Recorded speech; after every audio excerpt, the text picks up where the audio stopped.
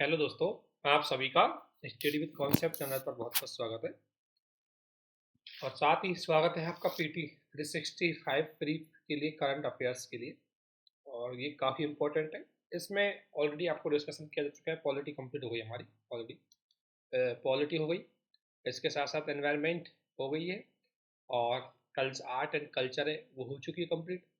Economy का 1 lecture complete हो चुका है।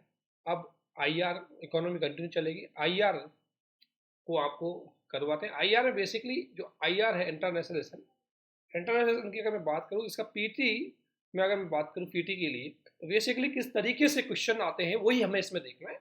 ज़्यादा चीज़ों पे नहीं फोकस करना है अभी पीटी के पॉइंट ऑफ व्यू से। मेंस के लिए आपने पहले से ऑलरेडी चीज़ें पढ़ रखी होंगी, लेकिन पीटी के पॉइंट ऑफ व्यू से जिन जिन चीज़ों पे आपको ध्यान देना है उन्हीं को मैं इसमें बताऊंगा। बाकी चीज़ें मैं स्किप करते हुए जाऊँगा। जिन चीज़ों को इसमें स्किप किया जाएगा उनको एक बार आप गो थ्रू जरूर हो लेना, लेकिन फोकस उन्हीं को करना है जिनको बताया जाए। तो पीटी में अगर आईआर के बारे में क्वेश्चन देखें पिछले सालों के आधार पर, अगर हम कुछ विश्लेषण करें, एनालिसिस करें, तो ये फाइंड आउट होता है कि क्वेश्चन की ट्रेंड आईआर के पॉइंट ऑफ व्यू से क्या क्या हो सकती है। तो पहला हो सकता है आईआर से जुड़ी हुई इंटरनेशनल संस्थाएं, इंटरनेशनल इंस्टीट्यूट। इंटरनेशनल, एक तो आपको सवाल इस पर देखना है। इंस्टीट्यूट, अब ये इंस्टीट्यूट ग्लोबल लेवल पर हो सकती है, ये इंस्टीट्यूट रीजनल लेवल पर हो सकती है। ग्लोबल लेवल का मतलब यूएनओ जैसी संस्था, रीजनल का मतलब सार्क जैसी संस्था है। ठीक है ना। ग्लोबल हो सकती है, रीजनल हो सकती है, और इसके अलावा बायलैटरल हो सकती है।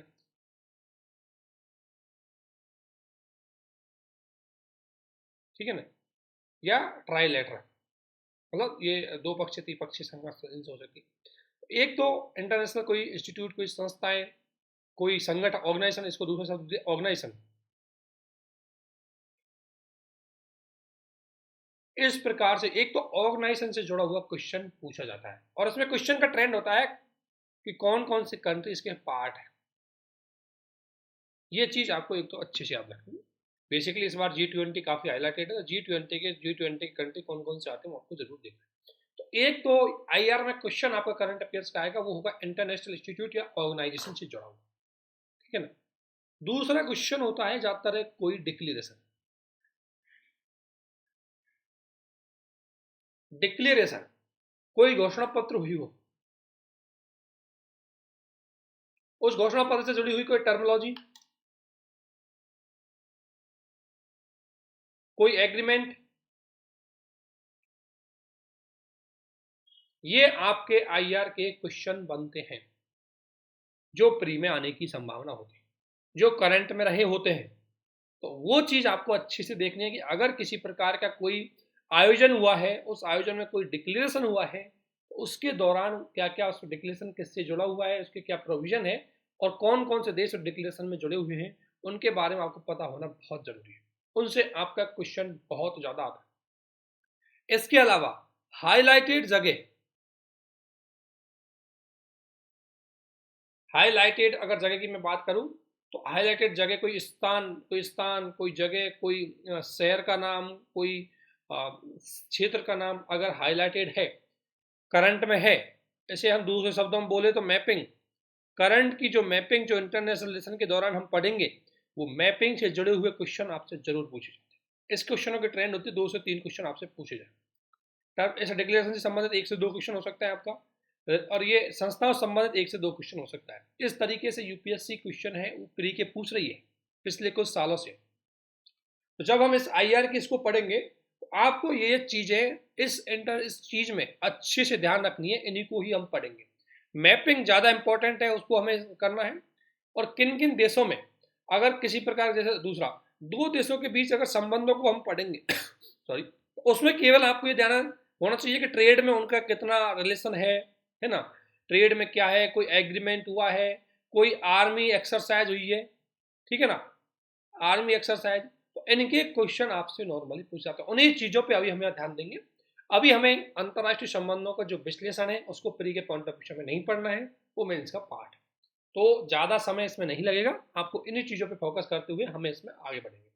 तो अब आगे बढ़ते हैं। लगभग 125 पेज की पीडीएफ है, लेकिन हमारे लिए जो इंपॉर्टेंट है उसी पे ज़्यादा फोकस करेंगे।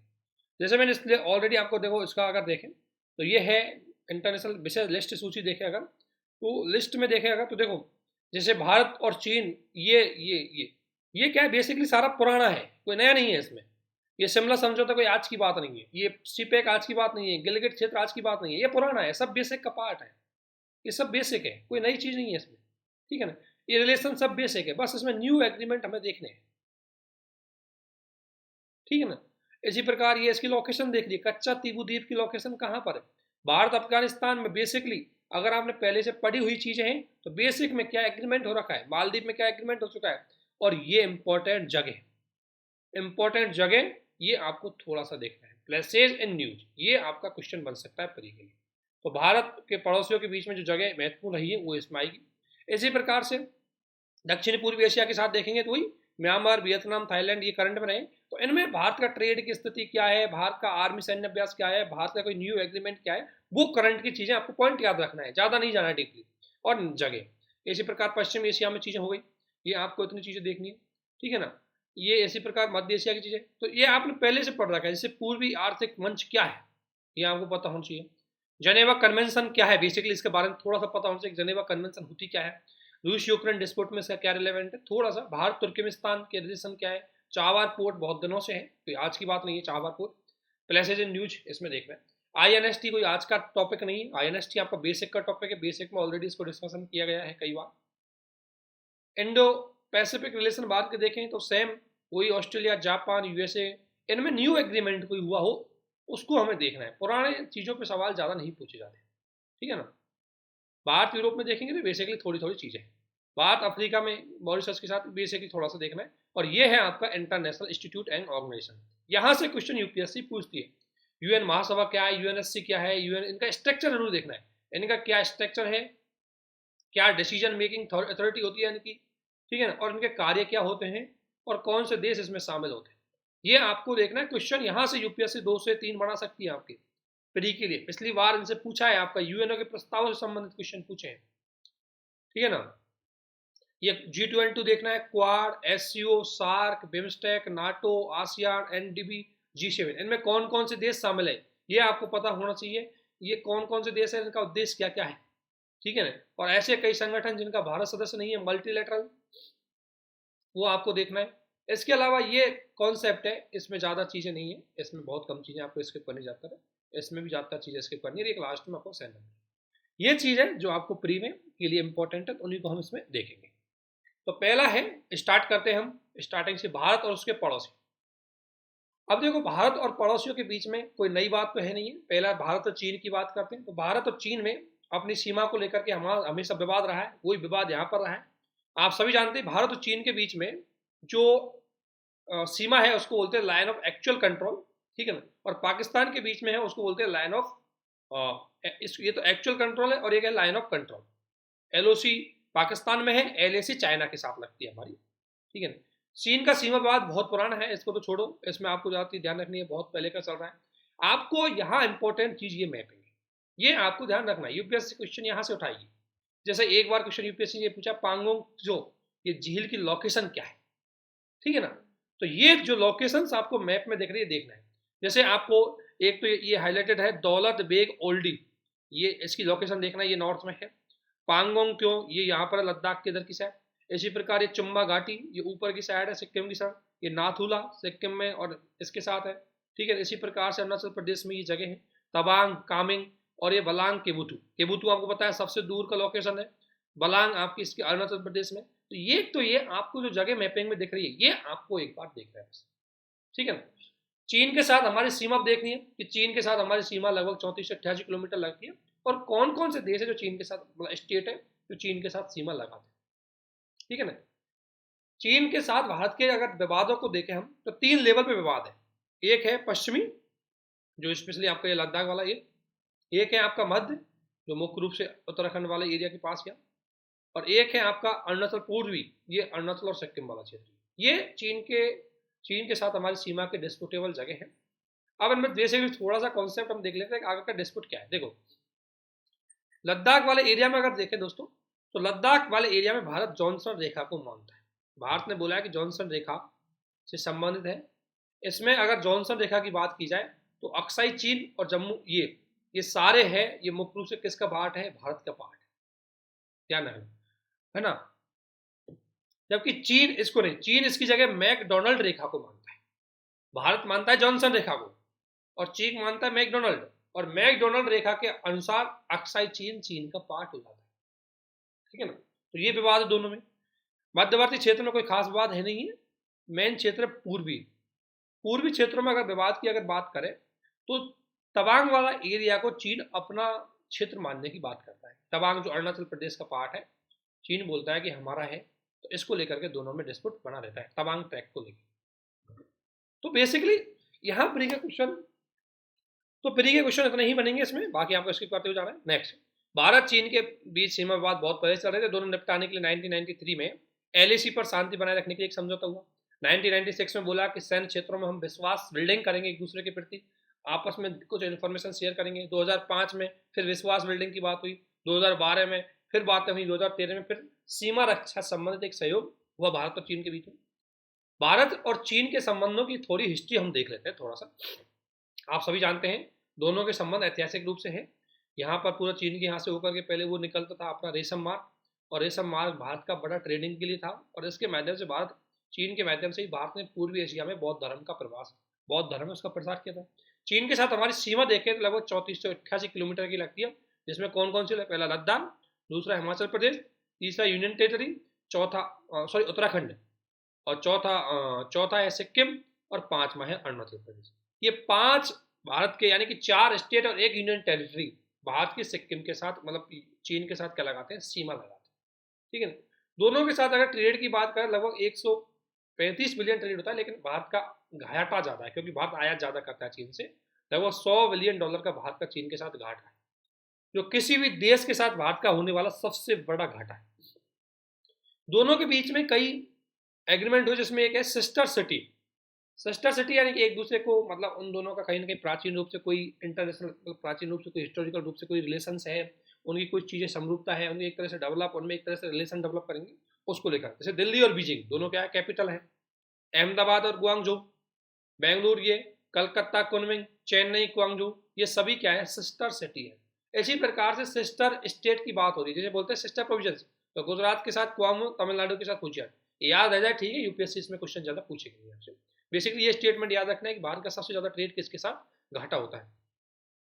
एक ये हो सकता है भारत और चीन किस किस समूह में एक साथ है? ब्रिक्स में दोनों एक साथ है, संघाई सहयोग संगठन दोनों एक साथ है, और रूस, इंडिया, चाइना, आरआईसी बोलते हैं, इसमें दोनों देश साथ है। डब्ल्यूटीओ में साथ है, यूएनओ में साथ है, G20 में साथ है। ये वो संगठन है जिसमें भारत और चीन दोनों सहयोग, मतलब दोनों देश उसके सदस्य हैं। इसके बाद आता है एक वन चाइना पॉलिसी। इसको कॉन्सेप्ट थोड़ा सा याद रखना, बाकी कोई ज्यादा चीज याद करने वाली चीज है नहीं है इसमें। वन चाइना पॉलिसी के अंतर्गत यह है कि चीन और उसके सभी क्षेत्र, जैसे हांगकांग, जैसे ताइवान, ये सभी एक रिपब्लिक ऑफ चाइना के ही पार्ट है। तो वन चाइना पॉलिसी का मतलब इन सभी को एक ही मानता है, उसको बोलते हैं वन चाइना पॉलिसी। तो यूएसए पहले, आप सभी जानते हैं अंतर्राष्ट्रीय संबंधों में घटनाएं बदलती रहती है। 1970 के दशक से लेकर के अब तक यूएसए वन चाइना पॉलिसी का पालन कर रहा था, लेकिन यूएसए ने अभी वन चाइना पॉलिसी का उल्लंघन किया है, और उसने ताइवान से ही अपने रिलेशन बनाए। अब ताइवान से रिलेशन बनाए, इसका मतलब 2 चाइना हो गए, एक ताइवान अलग हो गया, एक चाइना अलग हो गया। तो यूएसए ने अपने चाइना, ताइवान के साथ अपने संबंध, औपचारिक संबंध बनाए हैं, ठीक है ना। इसी के बारे में ये है। इसके बाद होता है फर्स्ट आइलैंड चेन। ये आपको थोड़ा देखना है, फर्स्ट आइलैंड चेन क्या है। फर्स्ट आइलैंड चेन एक्चुअली में क्या है कि यूएसए के द्वारा यहाँ अपनी नौसेना को स्थापित किया गया था, ताकि यहाँ पर इसमें बहुत सारे द्वीप है, इन पर अपनी नौसेना को उसने विस्तार किया, ताकि यहाँ पर वो सुरक्षा कर सके। बहुत पहले की बातें चल रही थी, उसका मुख्य उद्देश्य था कि चीन की बढ़ती आक्रामकता को रोक सके। तो फर्स्ट आइलैंड के बारे में अगर हम देखें तो इसमें कुरिल द्वीप समूह, जापान द्वीप समूह, रयेकू द्वीप समूह, ताइवान, उत्तरी फिलीपींस, ये सभी चेन बांधने किसका हिस्सा है? यानी ये दो दिख रहा है आपको, ये वाला जो मैपिंग हिस्सा दिख रहा है, ये फर्स्ट चेन आइलैंड का पार्ट है। ये वाला, ये सेकंड, ये वाला सेकंड का है, और ये वाला थर्ड आइलैंड। यानी कि थर्ड आइलैंड इन चेनों का मतलब ये है कि इसके बीच में समुद्री सुरक्षा को मुख्य रूप से बढ़ावा देता है, समुद्री सीमाओं को निर्धारण करता है उसके लिए। इन चेन में बहुत सी चैनल और मियाको जलडमरू आते हैं, ये चीन के महत्वपूर्ण चौक पॉइंट है। और 1951 अमेरिका की नीति थी कि प्रशांत महासागर में इन एरिया में नौसैनिक अड्डे स्थापित करके यूएसए के प्रभाव को रोका जाए, सॉरी यूएसएसआर के, उस समय यूएसएसआर के प्रभाव को रोकने के लिए बनाया था, अब वो चीन के प्रभाव को रोकने के लिए इसमें बना रहा है, और उसमें ताइवान उसका पार्ट था। ठीक है ना, एक चाइना नीति में बता दिया कि चाइना का एक ही सरकार है, ताइवान तिब्बत हांगकांग अलग अलग नहीं है, ये सभी चाइना का एक पार्ट है, एक चाइना नीति है। भारत की अगर बात करें तो भारत शुरू से लेकर के एक वन चाइना पॉलिसी का पालन करता रहा है, इसलिए भारत ने कभी भी डायरेक्टली ताइवान के साथ अपने संबंध स्थापित नहीं किए। लेकिन हाल ही में भारत ने अपनी चीन नीति को चेंज किया है और ताइवान के साथ भारत ने अपने संबंध स्थापित किए। इसमें एक है दोहरा कराधान से बचा समझौता, एक है द्विपक्षीय निवेश संधि। द्विपक्षीय निवेश संधि में है कि दोनों देश आपस में निवेश करेंगे और निवेशकों के हितों की सुरक्षा करेंगे। दोहरा कराधान में क्या है, क्या होता है, डबल टैक्सेशन एग्रीमेंट। जैसे एक कंपनी जो चाइना में इन्वेस्ट कर रही है, मतलब ताइवान में, और एक इंडिया में। अब मान लो कोई ताइवान का कोई व्यक्ति हमारे यहाँ इंडिया में इन्वेस्ट कर रहा है, तो यहाँ पर भी उसको टैक्स लग रहा है, यहाँ पर भी उसको टैक्स लग रहा है। तो इस डबल टैक्सेशन से बचने के लिए दोनों देशों के बीच में एक एग्रीमेंट किया जाता है, भाई ऐसे करो, इसकी इतनी इनकम पर आप टैक्स लीजिए और हमारे यहाँ अन्य होने वाले इनकम पर हम टैक्स लेंगे, ताकि इसको डबल टैक्सेशन ना देना पड़े। तो ये थोड़ा सा वन चाइना पॉलिसी का कॉन्सेप्ट आप समझ होंगे क्या होता है। तो प्री में सवाल आएगा आपका, एक आइलैंड चेन स्ट्रेटजी क्या होती है, ठीक है ना। तो ये आइलैंड चेन स्ट्रेटजी है कि आइलैंडों पर एक तरह से अपनी सीमा है, उनका वहां पर डिफेंस सिस्टम डेवलप किया जाता है और वहां से दूसरे देशों के प्रभाव है उसको रोका जाता है। एक देश दो प्रणाली आप सभी जानते हैं, हुआ है कि मतलब चीन है, इसमें एक तो मूल चीन है जो मेन लैंड है इसका चीन का, ठीक है ना। एक तो मेन लैंड चीन का, मतलब एक तो खुद ये चाइना ये वाला, तो इसकी मेन लैंड वाला पार्ट है। एक है चाइना में हांगकांग और एक है चाइना मकाऊ। हुआ क्या था कि हांगकांग पे यूके का, मतलब ब्रिटिश का वो था आधिपत्य पहले के जमाने में, मतलब ब्रिटिश काल में, और मकाऊ पे पुर्तगाल का था, ठीक है। अब पुर्तगाल की वजह से यह मकाऊ में लोकतंत्र था, उदारवादी शासन था, स्वतंत्रताएं थी, और हांगकांग में ठीक इसी प्रकार से लोकतंत्र था, उदारवादी शासन था, स्वतंत्र। वही चीन, जो मेन चीन है, वहां पर क्या था, वहां साम्यवादी शासन था। तो जब इनकी मामला ये था कि आपने अफीम युद्ध सुने होंगे, अफीम युद्ध के बाद हांगकांग को लगभग 99 ईयर के लिए लीज पे ले लिया था, कब, 1897 में। इसी प्रकार से मकाऊ को भी 1899 के समथिंग लीज पे ले लिया। तो पुर्तगाल ने 1999 में मकाऊ को दे दिया चाइना के लिए, और हांगकांग को 1997 में चाइना के लिए दे दिया, क्योंकि वो एग्रीमेंट पूरा हो चुका था, जो इनकी लीज थी वो खत्म हो। लेकिन इनको सौंपते समय इन दोनों देशों ने कंडीशन रखी, बोला कि यह आधिकारिक क्षेत्र से आपका हुआ, लेकिन यहाँ पर जो सिस्टम है वो डेमोक्रेटिक होगा। इसलिए हुआ था वन कंट्री टू सिस्टम। एक सिस्टम चाइना में जो क्या है साम्यवादी सिस्टम है, वन पार्टी सिस्टम है, और एक सिस्टम इन दोनों में, हांगकांग और मकाऊ में, और वो क्या है आपका डेमोक्रेसी, उदारवादी लिबरल, और उसी को बोलते हैं वन कंट्री टू सिस्टम, ठीक है ना। तो आपको यहाँ एक वन कंट्री टू सिस्टम की चीज देखनी है, साथ साथ एक चीज आपको ये देखना है कि इसकी लोकेशन जरूर देख लेना हांगकांग की चाइना के साथ, मैपिंग में एक बार जाके जरूर देख लेना हांगकांग की, क्योंकि हांगकांग की आज़ादी के, मतलब चाइना के कंट्रोल में आने के लिए 25 वर्ष हो चुके हैं इसको, इसलिए हाईलाइट रहा, ठीक है ना। ये पूरा इसी में लिखा हुआ है, पूरी हिस्ट्री है ये जो मैंने आपको बताई, ठीक है। इसके बाद भारत और पाकिस्तान, भारत का पड़ोसी है पाकिस्तान, यहाँ से क्वेश्चन बनने की कोई खास संभावना रहती नहीं, लेकिन एक बात देख लेना। देखो, भारत पाकिस्तान की सीमा की अगर बात करें, लगभग 2300 किलोमीटर सीमा करते हैं, जिनमें 4 क्षेत्र, जम्मू, पंजाब, राजस्थान और गुजरात, ये वाला जो क्षेत्र है ये पाकिस्तान के साथ सीमा लगाता है। 1947 के बाद दोनों रेड क्लिप, ध्यान रखना, रेड क्लिप सीमा है इन दोनों के बीच में, और दोनों के बीच में ट्रेड बहुत कम है, बहुत ही कम है, 0.5 बिलियन ट्रेड है। और आप क्यों जानते हो, क्योंकि दोनों के बीच में लड़ाइयाँ होती रहती है, इसकी वजह से इनका ट्रेड बहुत कम है। और पॉइंट इसी के साथ इनकी सीमा में ध्यान रखना, देखो एक जम्मू है, लद्दाख की भी लगती है, इसमें देखा नहीं है, लद्दाख की भी सीमा लगती है, पंजाब, राजस्थान और गुजरात, 5 हो गए, इनकी सीमा लगती है। पीओके के कारण कश्मीर के साथ इसकी सीमा नहीं लगती, पीओके के कारण।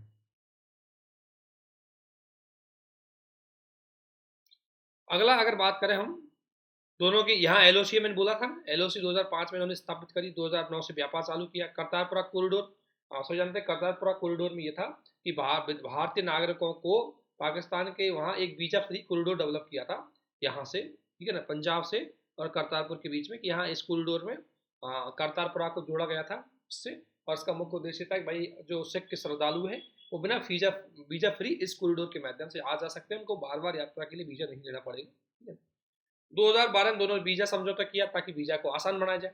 ठीक है ना, ये बेसिकली हुआ, दोनों G33 विश्व व्यापार संगठन के सदस्य।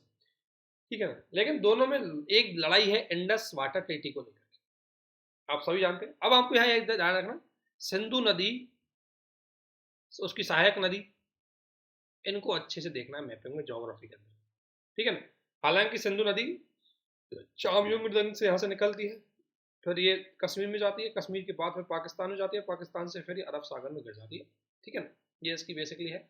इसमें आकर के जो मेन 5 नदी आकर के मिलती है उनमें है, एक तो है आपकी झेलम, दूसरे नंबर पे ऊपर से चेनाब, रावी, ब्यास और सतलज, ये इनकी लोकेशन है। तो सबसे ऊपर झेलम है इसमें, ठीक है ना, उसके नीचे इसमें चेनाब है, ये चीज ध्यान रखना है। तो इस मैपिंग को एक बार देख लेना, ज्योग्राफी, ठीक है ना, वहां अच्छी से है, इसको एक बार मैपिंग में देखेंगे। तो हाल ही में क्या हुआ है कि सिंधु नदी समझौता हुआ है, उसमें भारत ने पाकिस्तान को एक नोटिस दिया है कि भाई आप इसको क्या करो, संशोधन करो इसमें कुछ एग्रीमेंट में जो समझौता हुआ है उसमें, और इसके लिए उनको 90 दिन का टाइम दिया है। और ये बोला है कि ये भारत ने नोटिस इस जो संधि हुई थी उसके अनुच्छेद 11(3) के अंतर्गत दिया गया है, क्योंकि 11(3) में ये बात बोली गई है, 12(3) में ये बात बोली गई है, 12(3) में बात बोली गई है कि इस संधि के प्रावधानों को समय पर दोनों सरकारों के बीच विधिवत अनुसमर्दित संधि द्वारा संशोधित किया जा सकता है। तो ये जो पावर है इसका भारत ने यूज किया 12(3) का, और इसके अंतर्गत पाकिस्तान को एक नोटिस दिया है कि भाई इसमें कोई संशोधन किया जाए। ठीक है ना, अंतरराष्ट्रीय स्तर पर जलों के बंटवारों को लेकर कई एग्रीमेंट, मतलब कई सिद्धांत दिए हैं कि अंतरराष्ट्रीय स्तर पर जल समझौते किस तरीके से होना चाहिए। एक है हार्मन डॉक्ट्रिन। हार्मन डॉक्ट्रिन ने यह बोला है कि प्रत्येक देश का अपना जल संसाधनों पर संप्रभु अधिकार होता है, वह अपने अधिकार क्षेत्र के अंतर्गत इनका पूरा उपयोग कर सकता है। यानी कि अगर मान लो भारत की कोई नदी भारत में ही प्रवाहित होती है तो उसका भारत का पूरा अधिकार होगा। ठीक है ना। दूसरा है कैपियोन नियम। कैपियोन नियम कहता है कि तर्क संगत रूप से हमें जल तर्क संगत और न्यायोचित हिस्से का निर्धारण करते समय हमें जल व्रत को भी शामिल किया। जल व्रत का मतलब हमें नॉर्मली जो ग्राउंड वाटर है उसको भी शामिल करना चाहिए, केवल सतही वाटर को ही शामिल नहीं किया जाना चाहिए। हेलेंस्की नियम क्या कहता है, 1996 में दिया गया था। इसने बोला कि अंतरराष्ट्रीय जल कानून के मूल सिद्धांत में नदी को साझा करते समय अंतरराष्ट्रीय जल अपवाहन बेसिन के लिए ध्यान रखना, पूरा जो अपवाह बेसिन है उसको तर्क संगत और न्यायोचित उपयोग करते हुए उसका क्या करो, डिस्ट्रीब्यूट करो। बर्लिन नियम क्या कहता है, इस नियम का कहा था कि अंतरराष्ट्रीय जली नदी जल अपवाह बेसिन को साझा करते समय दोनों देशों द्वारा जल का प्रबंध ऐसा होना चाहिए, ध्यान रखना, उसको इस तरीके से जल प्रबंधन करो ताकि किसी दूसरे देश को उसमें हानि नहीं हो। तो बर्लिन नियम काफी ज्यादा जस्टिफिकेशन वाला नियम है। तो 4 सिद्धांत एक बार गो थ्रू हो लेना, कहीं मिलान के लिए आ जाए। सिंधु नदी जल समझौता कोई नई बात नहीं है। 1996 में भारत और पाकिस्तान के बीच में विश्व बैंक की मध्यस्थता के अंतर्गत ये समझौता हुआ था, जिसमें दोनों देशों को अधिकार दिया गया कि वो मुख्य रूप से 6 नदियां हैं उनको मुख्य रूप से जल का बंटवारे करेंगे। इसमें पूर्वी 3 नदियां सतलज, ब्यास और रावी, इन पे भारत को पूरी तरह अधिकार दिया गया था, और पश्चिमी 3 नदियां इनमें सिंधु, झेलम और चेनाब, इस पे पाकिस्तान को पूरा वो दिया गया था। पूर्वी नदियों पर बोला गया कि भारत चाहे तो बांध बना सकता है लेकिन पानी को बांध बना सकता है। पश्चिमी पे है कि बांध नहीं बना सकता, जल को रोक नहीं सकता, जल का यूज पाकिस्तान करेगा। पूर्वी नदियों का जल लगभग 33 MAF है, जबकि पाकिस्तान को दिया जाने वाला जल 135 MAF है। तो ये बेसिकली एग्रीमेंट हुआ था, लेकिन भारत ने इस नदी को यूज, मतलब इसका ये था कि भाई आप बांध नहीं बना सकते, तो भारत ने सोचा यार ये चेनाब, झेलम, सिंधु भारत से निकल दिया, उनका जल का यूज कैसे करें। तो भारत ने इस पे run of the river project, run of the river का मतलब है नदी का जल बहता रहेगा और उसमें बीच में इस तरह के बांध बनाएंगे जो पानी को रोकेंगे नहीं, और हम हाइड्रो इलेक्ट्रॉनिक प्रोडक्ट कर सकते हैं, हाइड्रो इलेक्ट्रिक प्रोडक्ट कर सकते हैं इसके लिए। तो भारत ने रन ऑफ द रिवर बनाया। कई बार पाकिस्तान ने इसका ऑब्जेक्शन किया है कि भाई आप जो एग्रीमेंट हुआ था उसको तोड़ रहे हैं क्योंकि उसमें आप बांध नहीं बना सकते, लेकिन भारत ने जवाब दिया कि हम इस तरीके से प्रोजेक्ट को बना रहे हैं जो संधि के समझौते को नहीं तोड़। चेनाब और उसकी सहायक नदी पर हाइड्रो इलेक्ट्रिक पावर प्रोजेक्ट चल रहे हैं, जैसे पाकुल दुल, किरू, लोअर करनई, रतवे, इनका ध्यान आपको याद होना चाहिए कि किस नदी पर चल रहे हैं, और ये सभी रन ऑफ द रिवर है। रन ऑफ द रिवर में है कि आप जल का भंडारण नहीं करते, जल को स्टोरेज नहीं करते, ठीक है ना। इंडस वाटर ट्रीटी के अंतर्गत 3 चरणीय डिस्प्यूट सेटलमेंट था। पहला यह था कि एक परमानेंट कमीशन बनाया जाए, इसमें दोनों देशों के सरकार के लोग होंगे वो डिस्प्यूट सेटल करेंगे। दूसरा था एक न्यूट्रल एक्सपर्ट लोग आएंगे वो उसको सेटलमेंट करेंगे। और तीसरा था court of arbitration. Court of arbitration अंतर्राष्ट्रीय संगठन है जो देशों के बीच में विवादों का निपटान करता है। तो ये बात थी। विशेषज्ञ और परमानेंट कोर्ट ऑफ आर्बिट्रेशन विश्व बैंक के द्वारा किया जाता है, ये दोनों बनाए जाते हैं वर्ल्ड बैंक के द्वारा, और ये दोनों बनाया जाता है दोनों देशों के द्वारा। लेकिन ये दोनों देशों की सहमति के बिना इनको स्थापित नहीं किया जा सकता, ये तो कोई काम का नहीं। आपको बेसिकली मैंने बताया कि आपको एक तो अभी जो टॉपिक पढ़ा है उसमें सिंधु नदी और उसकी सहायक नदियों की मैपिंग को एक बार अच्छे से देख लेना, और थोड़ा सा सिंधु नदी समझौता जो मैंने बताया कि कौन सा नदी कितना यूज कर सकते हैं वो आपको देख लेना, बाकी कुछ नहीं। ये मैपिंग का सवाल है। देखो अब मैपिंग में कि भारत का कई अन्य देशों के साथ भी नदी समझौता है, जैसे भारत और नेपाल के बीच में कौन सा है, महाकाली नदी समझौता है, और कोसी नदी समझौता है, ये 1994 में हुआ। चीन के साथ ब्रह्मपुत्र पे कोई नदी समझौता नहीं हुआ, बट कुछ लेवल पर कुछ आपस में इंफॉर्मेशन शेयर कर देंगे, तो एक हाइड्रोलॉजिकल इंफॉर्मेशन शेयर करने के लिए एक एग्रीमेंट हुआ। सतलज नदी पर भी हाइड्रोलॉजिकल डेटा शेयर करने पर भी समझौता हुआ था, और बाढ़ के समय भी हाइड्रोलॉजिकल डेटा शेयर करने से संबंधित डेटा हुआ है। हाइड्रोलॉजिकल डेटा का मतलब है कि भाई ब्रह्मपुत्र नदी यदि चाइना से आ रही थी उसमें जल कितना स्टोरेज है, उसका बहाव कितना है, उसमें कितनी संभावना है बाढ़ आने की, वो सारा डेटा अगर हमारे पास आएगा तो हम अच्छे से प्रिवेंटिव मेजर ले सकते हैं, ठीक है ना। ये चीज़ है। भारत और बांग्लादेश के बीच में गंगा नदी को लेकर डिस्प्यूट है। इसके अलावा तीस्ता, ब्रह्मपुत्र, बराक जैसी नदियों को लेकर के भी दोनों में एग्रीमेंट हो रखा है। भारत और भूटान की बात करें तो कोई खास नहीं, जल विभाग इन दोनों में अपने सूचना शेयर करने के लिए और बाढ़ प्रबंधन के लिए दोनों में सहयोग हो रहा है। ये बेसिकली पड़ोसियों के साथ बात के जो कुछ ऐसे समझौते हैं नदी जल विवाद को निपटान से संबंधित, उनके बारे में ये बात दी गई। आपको जस्ट इतना ध्यान रखना है कि महाकाली किसके साथ है ना, वो आपको पता होना चाहिए, यूपीएससी उनको पूछती है।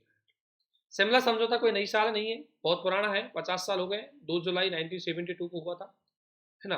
और आपको पता है ये 1971 में जब हमने बांग्लादेश को मतलब अलग किया और उस समय 1971 का भारत पाकिस्तान का युद्ध हुआ, उसके बाद 2 जुलाई 1972 को भारत और पाकिस्तान के बीच में समझौता हुआ, और समझौते का उद्देश्य था कि दोनों देश अपने पड़ोसियों के साथ बेहतर संबंध बनाएंगे। समझौते में था कि दो राष्ट्र संयुक्त राष्ट्र संघ के जो चार्टर है उसके सिद्धांत और उद्देश्यों का पालन करेंगे। इसका मतलब है दोनों देश दूसरे की संप्रभुता का पालन करेंगे, ठीक है ना, कि भाई भारत भी संप्रभुत्व है और पाकिस्तान संप्रभुत्व। दोनों देश द्विपक्षीय तरीके से किसी तीसरे पक्ष को शामिल नहीं करेंगे, द्विपक्षीय तरीके से शांतिपूर्ण समाधान यानी कि बातों के माध्यम से अपने मुद्दों का समाधान करेंगे। पीपुल टू पीपुल कनेक्टिविटी बढ़ाएंगे और नियंत्रण रेखा का किसी भी स्थिति में उल्लंघन नहीं करेंगे, ठीक है ना। भारत पाकिस्तान के बीच सबसे महत्वपूर्ण विश्वास निर्माण हुआ था कि इससे लगा कि भारत पाकिस्तान के बीच अपनी शांति स्थापित होगी। भारत ने समझौते का अच्छे तरीके से पालन किया, लेकिन पाकिस्तान ने इसका पालन अच्छे से नहीं किया। अंतर्राष्ट्रीय मंचों पर पाकिस्तान हमेशा बोलता है कि भाई तीसरा पक्ष इंटरफेयर करो, तीसरा पक्ष इंटरफेयर करो, कश्मीर का मामला यूएनओ निपटाए। तो भारत ने बोला है कि आपने जो एग्रीमेंट हुआ था शिमला समझौता उसको उल्लंघन किया है। शिमला समझौते में ये कहा गया है कि भारत और पाकिस्तान अपने दोनों देशों के बीच में होने वाले मुद्दों का समाधान आपस में ही करेंगे, किसी तीसरे पक्ष को इंटरफेयर नहीं करने देंगे। जबकि पाकिस्तान चीखता हुआ चल रहा तो बोलता है कि हमारा कोई और देश इसमें इंटरफेयर करे, तो भारत ने बोला कि आप 1972 में शिमला समझौते का उल्लंघन करें। यही बात लाहौर समझौता हुआ था 1999 में अटल बिहारी वाजपेयी के समय, तो इसमें भी यही बात है दोहराई कि कश्मीर का मुद्दा दोनों देश सुलझाएंगे, किसी तीसरे का इंटरफेयर नहीं करेंगे। सीपैक आप सभी जानते हैं, सीपैक मतलब ये एक चाइना पाकिस्तान इकोनॉमिक कॉरिडोर है, तो चाइना के कासगढ़ से लेकर के और पाकिस्तान के ग्वालियर तक इसको लगभग 3000 किलोमीटर तक इसको बनाया जाएगा। इसकी सबसे बड़ी समस्या है कि भारत के पीओके से गुजरता है, जबकि भारत ने इसका मना किया, उसके बावजूद भी भारत के क्षेत्र से गुजरना भारत के लिए एक संप्रभुता को चुनौती है, ठीक है ना। अभी चाइना ने ये बोला है कि ये केवल हम दो देशों के लिए नहीं, कोई तीसरा देश भी इसमें शामिल होना चाहता है तो हो सकता है। और चाइना का डायरेक्ट टारगेट था अफगानिस्तान, तो चाइना इसको अफगानिस्तान को भी इसमें शामिल करना चाहता है। और अगर अफगानिस्तान को इसमें शामिल करेगा तो भारत का पक्ष कमजोर पड़ जाएगा, क्योंकि भारत इसका विरोध कर रहा है। और उसके बावजूद भी यदि भारत का सहयोगी रहा है एक तरह से अफगानिस्तान, अभी उसमें तालिबान शासन आ गया है, लेकिन कहीं ना कहीं तालिबान से भी भारत धीरे धीरे अपने रिलेशन बढ़ाने की बात कर रहा है। तो यहाँ बस इसकी मैपिंग दे देना और कुछ नहीं है, ये BRI का पार्ट है। ये मुख्य उद्देश्य था कि एक तो अरब सागर तक अपनी स्थिति पहुंचाए, डायरेक्टली मध्य एशिया, डायरेक्टली अफ्रीका और यूरोप में अपनी स्थिति पहुंचा सकता है, नहीं तो चाइना को इतना घूम के आना पड़ता था। ठीक है ना, हिंद महासागर से होके, तो चाइना को काफ़ी इससे फायदा हो रहा है। गिलगित बाल्टिस्तान ये पीओके के क्षेत्र है ना, ये पीओके क्षेत्र, ये पीओके में है भारत का। तो गिलगित बाल्टिस्तान वहाँ पर है, यहाँ पर नॉर्मली बलूचिस्तान खालिस्तान के साथ ये भारत नॉर्मली मानता है कि भारत का ही पार्ट है। और यहीं पर भी चाइना ने CPEC है उसको निकाला है इसी में से होकर। कुल मिला के है कि पाकिस्तान चाहता है कि देखो मैं तो डायरेक्टली इंटरफेयर नहीं कर सकता भारत के साथ, वो चाइना को इंटरफेयर करवा करके अपना चेक बैलेंस करवाना चाहता है। यहाँ से क्वेश्चन नहीं आएंगे, डोंट वरी, इनको देखना है बस लोकेशन कहाँ पर है। भारत बांग्लादेश की बात करें, कई नए एग्रीमेंट हुए भारत बांग्लादेश में। सबसे पहला काम करना है ये बॉर्डर बाउंड्री जरूर देखनी कि भारत और बांग्लादेश के बीच में कौन कौन से देशों की बॉर्डर बाउंड्री लगनी है। लगभग 4096 सबसे ज्यादा बॉर्डर बाउंड्री लगती है हमारी, सबसे ज्यादा लंबी वो है आपकी बांग्लादेश। और ये कौन कौन से के साथ लगती है, एक देखो आपका बांग्लादेश के साथ वेस्ट बंगाल हो गया, दूसरा आपका असम हो गया, तीसरा आपका मेघालय हो गया, चौथा आपका त्रिपुरा हो गया, है ना, और पांचवा आपका मिजोरम हो गया। ये 5 राज्य है जो आपके बांग्लादेश से सीमा लगाते हैं, ठीक है ना।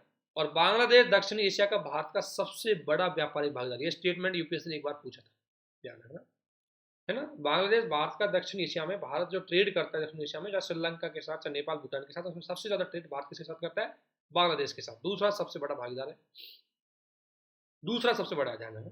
इसके अलावा भारत बांग्लादेश का सबसे बड़ा देखिए, एक तो भारत की ओर से और एक बांग्लादेश की ओर से। बांग्लादेश की ओर से भारत उसका सबसे बड़ा भागीदार है क्योंकि पहले नंबर पर चाइना है।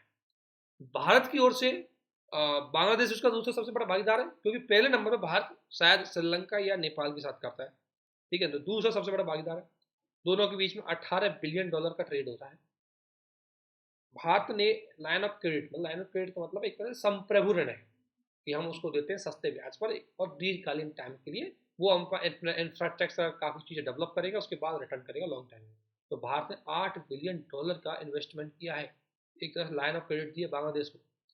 भारत ने रक्षा उपकरणों पर भी बांग्लादेश को लाइन ऑफ क्रेडिट दिया कि वो रक्षा उपकरण है वो खरीदे। आप सभी जानते हैं 1971 में भारत के साथ ही पाकिस्तान का उदय होने की वजह से ही बांग्लादेश का उदय हुआ, इसलिए 1972 में दोनों के बीच में मैत्री संधि हो रखी है। भारत और बांग्लादेश के बीच में लगभग 54 नदियां प्रवाहित होती है, जिनमें जो विवाद है वो तीस्ता और गंगा बराक नदी को लेकर के, क्योंकि बराक नदी पर तिपाई मुख लाल जल विद्युत परियोजना चल रही है। कहाँ पर चल रही है, मणिपुर में। इसलिए दोनों देश सार्क, बिम्स्टेक, BBIN इनके पार्ट है, ठीक है। अगर दोनों देशों के बीच में सहयोग की बात करें तो दोनों देशों ने हाल ही में बात कर रहे हैं कि वो कॉम्प्रिहेंसिव इकोनॉमिक पार्टनरशिप एग्रीमेंट करें दोनों देश, क्योंकि कॉम्प्रिहेंसिव पार्टनरशिप इकोनॉमिक एग्रीमेंट ये है कि इसमें सभी चीज़ों का एग्रीमेंट होगा। इसमें वस्तुओं और सेवाओं का व्यापार भी होगा, इसमें इन्वेस्टमेंट का भी चीज़ें होंगी, इसमें कंपटीशन की चीज़ें होंगी, इसमें इंटेलेक्चुअल प्रॉपर्टी राइट्स से पेटेंट को लेकर के भी एग्रीमेंट होंगे। इसलिए इकोनॉमी के क्षेत्र में सबसे बड़ा एग्रीमेंट माना जाता है कॉम्प्रिहेंसिव इकोनॉमिक पार्टनरशिप एग्रीमेंट, ठीक है। तो ये दोनों में हुआ नहीं है अभी, दोनों बात कर रहे हैं इसमें कि ये हो जाना चाहिए दोनों के बीच में। वाटर शेयरिंग को लेकर के जल समझौता है, कुशियारा नदी के जल समझौते पर हस्ताक्षर किए दोनों ने। 1996 में गंगा नदी जल समझौता हो चुका है इन दोनों के बीच में, ठीक है ना। आप सभी जानते हैं कि भारत और पाकिस्तान में बराक नदी कुशियारा सुरमा नदी में विभाजित हो जाती है। ये कुशियारा नदी है, ये बांग्लादेश बराक नदी का ही पार्ट है। कनेक्टिविटी के लिए दोनों में ध्यान रखना। आपसे देखो यहाँ क्वेश्चन ये नहीं पूछेगा, यहाँ पूछेगा खुलना मंगला किसके बीच में है, तो ये भारत और बांग्लादेश के बीच में एक रूपसा पुल का उद्घाटन किया गया है जो खुलना और मंगला बंदरगाह रेल प्रोजेक्ट का हिस्सा है। खुंगला बांग्लादेश में है, मंगला भारत में है, इन दोनों की कनेक्टिविटी करेंगे। एक है खुलना दर्शन रेलवे स्टेशन, इसके अंतर्गत भारत का गेंद दर्शना और बांग्लादेश का खुलना, इन दोनों के बीच में कनेक्टिविटी बढ़ाई जाएगी। इसके अलावा पार्वतीपुर कोनियो, ये दोनों बांग्लादेश में होंगे। इसके अलावा खुलना से रामपुर में इलेक्ट्रिसिटी प्रोजेक्ट लाइन बिछाएगी, इसके लिए भारत द्वारा उसको सहयोग दिया जा रहा है ना। इसको बोलते हैं रियायती वित्त पोषण योजना। ध्यान रखना, रियायती वित्त पोषण योजना, ये आपको थोड़ा ध्यान रखना। रियायती वित्त पोषण योजना के अंतर्गत एक देश दूसरे देश को अंतर्राष्ट्रीय स्तर पर जो लोन देता है वो रणनीतिक रूप से महत्वपूर्ण अवसंरचनाओं के लिए देता है। जैसे ऐसी अवसंरचना जो भारत के लिए बांग्लादेश में डेवलप होने से भारत का सहयोग बढ़ सकता है या भारत के लिए भारत के लिए फायदेमंद हो सकती है, उन पर भारत रियायती आधार पर लोन देता है, उसे बोलते हैं रियायती वित्त पोषण। तो बांग्लादेश से क्वेश्चन आएंगे आपके बेसिकली जगहों के नाम को लेकर, ये दो जगह कनेक्टिविटी है किस देश के साथ है, बेसिकली और ज़्यादा नहीं है। दोनों देशों के बीच में कनेक्टिविटी को लेकर वो जो बात है नीचे हुई है वो यहाँ है। जैसे एक है आपका अंतर्देशीय जल पारगमन और व्यापार का प्रोटोकॉल। क्या हुआ, जैसे मान लो ये भारत है, ये भारत है, ये बांग्लादेश मान लो, और ये भारत का टेरिटोरियल एरिया है, यानी कि भारत के बिना परमिशन से कोई जहाज ऐसे नहीं गुजर सकता। बांग्लादेश के साथ हमने ये एग्रीमेंट कर रखा है, बांग्लादेश फ्री ऑफ ट्रेड, मतलब कोई बिना शुल्क के आराम से बांग्लादेश के ट्रेड, बांग्लादेश के जहाज वो आ सकते हैं, उसको बोलते हैं अंतर्देशीय जल पारगमन व्यापार का प्रोटोकॉल। ये भारत और पाकिस्तान बांग्लादेश दोनों के बीच में हो सकता है। इसी प्रकार से भारत भी उसके टेरिटोरियल एरिया में जा सकता है और बांग्लादेश भी भारत के टेरिटोरियल एरिया में आ सकता है। 2020 में समझौता हुआ, दो नए समझौते और हो रहे हैं, ये मुख्य रूप से गोमती नदी पर सोनमरा और पद्मा नदी पर दोरिया, ये नए बनाने की बात करें। इसके अलावा भारत और बांग्लादेश के बीच में मैत्री पाइपलाइन बिछाने की बात की जा रही है। ये सिलीगुड़ी से लेकर के पार्वतीपुर, पार्वतीपुर कहाँ पर है, बांग्लादेश में, सिलीगुड़ी कहाँ पर, बंगाल है, इन दोनों के बीच में एक पाइपलाइन बिछाई जाएगी, ठीक है ना, जहां से डीजल की सप्लाई की जाएगी। आप पता है सिलीगुड़ी में डीजल पेट्रोल पाए जाते हैं, तो वही बात है। चलाहटी बांग्लादेश में और हल्दीबाड़ी इन दोनों के बीच में रेलवे लाइन बचाई जाएगी। सबपुरा, आपको देखो याद रहे या न रहे, इतना पता होना चाहिए कि भारत किस देश के साथ है। फेनी ब्रिज भारत का किस देश के साथ है, तो फेनी ब्रिज भारत का बांग्लादेश के साथ सबरुम और रामगढ़ दो जगहों को जोड़ने के बीच में जो एक ब्रिज बनाया गया है वो है फेनी ब्रिज, इसे मैत्री सेतु भी बोलते हैं। ये चीजें आपको पता होनी चाहिए।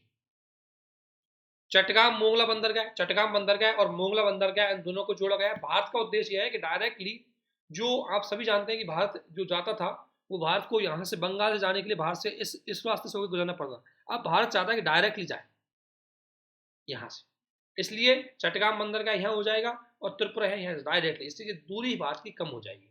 तो इसलिए भारत डायरेक्टली बांग्लादेश के थ्रू अपने रोड कनेक्टिविटी को बढ़ावा दे रहा है। नेपाल के साथ 8 समझौते हुए, क्वेश्चन खास बनेगा नहीं, आपको ये देखना है कि नेपाल के साथ क्या क्या हमने चीजें की है। जैसे रेलवे में क्या किया है, बिहार के जयनगर से नेपाल के कोरछा तक हम एक 35 किलोमीटर लंबी रेलवे लाइन बिछा रहे हैं, ध्यान रखना। विद्युत में क्या कर रहे हैं, 16 कॉरिडोर। कहाँ से पूछ सकता है 16 कॉरिडोर किसके बीच में, भारत और नेपाल के बीच में क्या है, क्या 90 किलोमीटर 132 केबी वाली क्षमता वाली हम विद्युत ट्रांसमिशन लाइन बचाएंगे, इसमें पैसा देगा भारत। कोटैया कुआसा और रक्सौल परमाणुपुर, और दोनों पंचेश्वर बहुउद्देशीय परियोजना का पार्ट है। देखो क्या हुआ कि भारत और नेपाल इन दोनों के बीच में एक पंचेश्वर परियोजना हुई, पंचेश्वर प्रोजेक्ट को लेकर के दोनों में एग्रीमेंट हुआ, और इसी एग्रीमेंट के अंतर्गत हाइड्रो इलेक्ट्रॉनिक डेवलप किया, और इसमें इन्होंने इलेक्ट्रिसिटी को ट्रांसमिशन करने के लिए, क्योंकि नेपाल में इलेक्ट्रिसिटी की ज़्यादा संभावना है, तो उसको भारत क्या करता है, आयात करता है, इससे नेपाल का ट्रेड है उसका अच्छा पक्ष में चला जाता है, ठीक है ना। तो इसलिए नेपाल भारत से लाइट आयात करें, इसके लिए लाइट की कनेक्टिविटी होनी चाहिए। एक तो 16 कॉरिडोर बनाया और एक आपका कोटेया कुआसा और रक्सौल पर्वत, ये दोनों कॉरिडोर बनाए जिनके माध्यम से ये था कि विद्युत को भारत में सप्लाई किया जाए, नेपाल भारत को विद्युत बेचेगा तो नेपाल को इनकम प्राप्त होगी, इसलिए पंचेश्वर बहुउद्देशीय परियोजना किसका पार्ट है, भारत और नेपाल के बीच। कनेक्टिविटी में आपको पता है दोनों पक्षों ने मेची नदी पर एक पुल का निर्माण करने के लिए हुआ है, और इस पुल को पैसा दिया एशियाई डेवलपमेंट बैंक के द्वारा। नेपाल में भारत का अंतर्राष्ट्रीय नेपाल आईएसए का भी पार्ट है, इंटरनेशनल सोलर अलायंस, जो सौर ऊर्जा के लिए काम करता है। रुपये चलता है नेपाल में, ये चीज़ें आपको देखनी, स्टेटमेंट आ सकते हैं कि नेपाल में हमने क्या क्या काम किया है। हाल ये घटनाक्रम देखें तो अंतर्राष्ट्रीय बौद्ध संस्कृति एवं विरासत केंद्र की स्थापना की गई है नेपाल के लुम्बिनी में, क्योंकि लुम्बिनी में महात्मा बुद्ध का जन्म हुआ था, तो वहीं पर अंतर्राष्ट्रीय बौद्ध संस्कृति विरासत केंद्र की स्थापना की गई लुम्बिनी। भारत कर रहा है इसकी स्थापना, ठीक है। और भारत के अंदर एक अंतर्राष्ट्रीय बौद्ध परिसंघ है, जो बौद्ध फैले हुए हैं विश्व लेवल पर, उनका सभी का सहयोग से एक संघ बनाया उन्होंने, उसमें सिस्टर सिटी अगर बात करें तो लुम्बिनी और कुशीनगर को सिस्टर सिटी घोषित किया गया, क्योंकि लुम्बिनी महात्मा बुद्ध का जन्म हुआ और कुशीनगर में महात्मा बुद्ध का परिनिर्माण हुआ, इन दोनों को भी सिस्टर सिटी की बात की गई। सप्तकोशी प्रोजेक्ट चलाया गया, क्योंकि सप्तकोशी प्रोजेक्ट बहुउद्देशीय प्रोजेक्ट है, जिसमें आप बाढ़ को नियंत्रण भी करेंगे, क्योंकि भारत में बाढ़ आती है सप्तकोशी नदी की, बिहार में कोशी नदी बिहार का स्रोत है, तो हम चाहते हैं कि एक तो बाढ़ कंट्रोल हो जाए और दूसरी ओर वहाँ हाइड्रो इलेक्ट्रिक प्रोजेक्ट भी लगाया जाए, इसलिए। इसके अलावा महाकाली, अपर कर्नाली ये प्रोजेक्ट भी भारत और नेपाल के बीच में एग्रीमेंट किए हुए।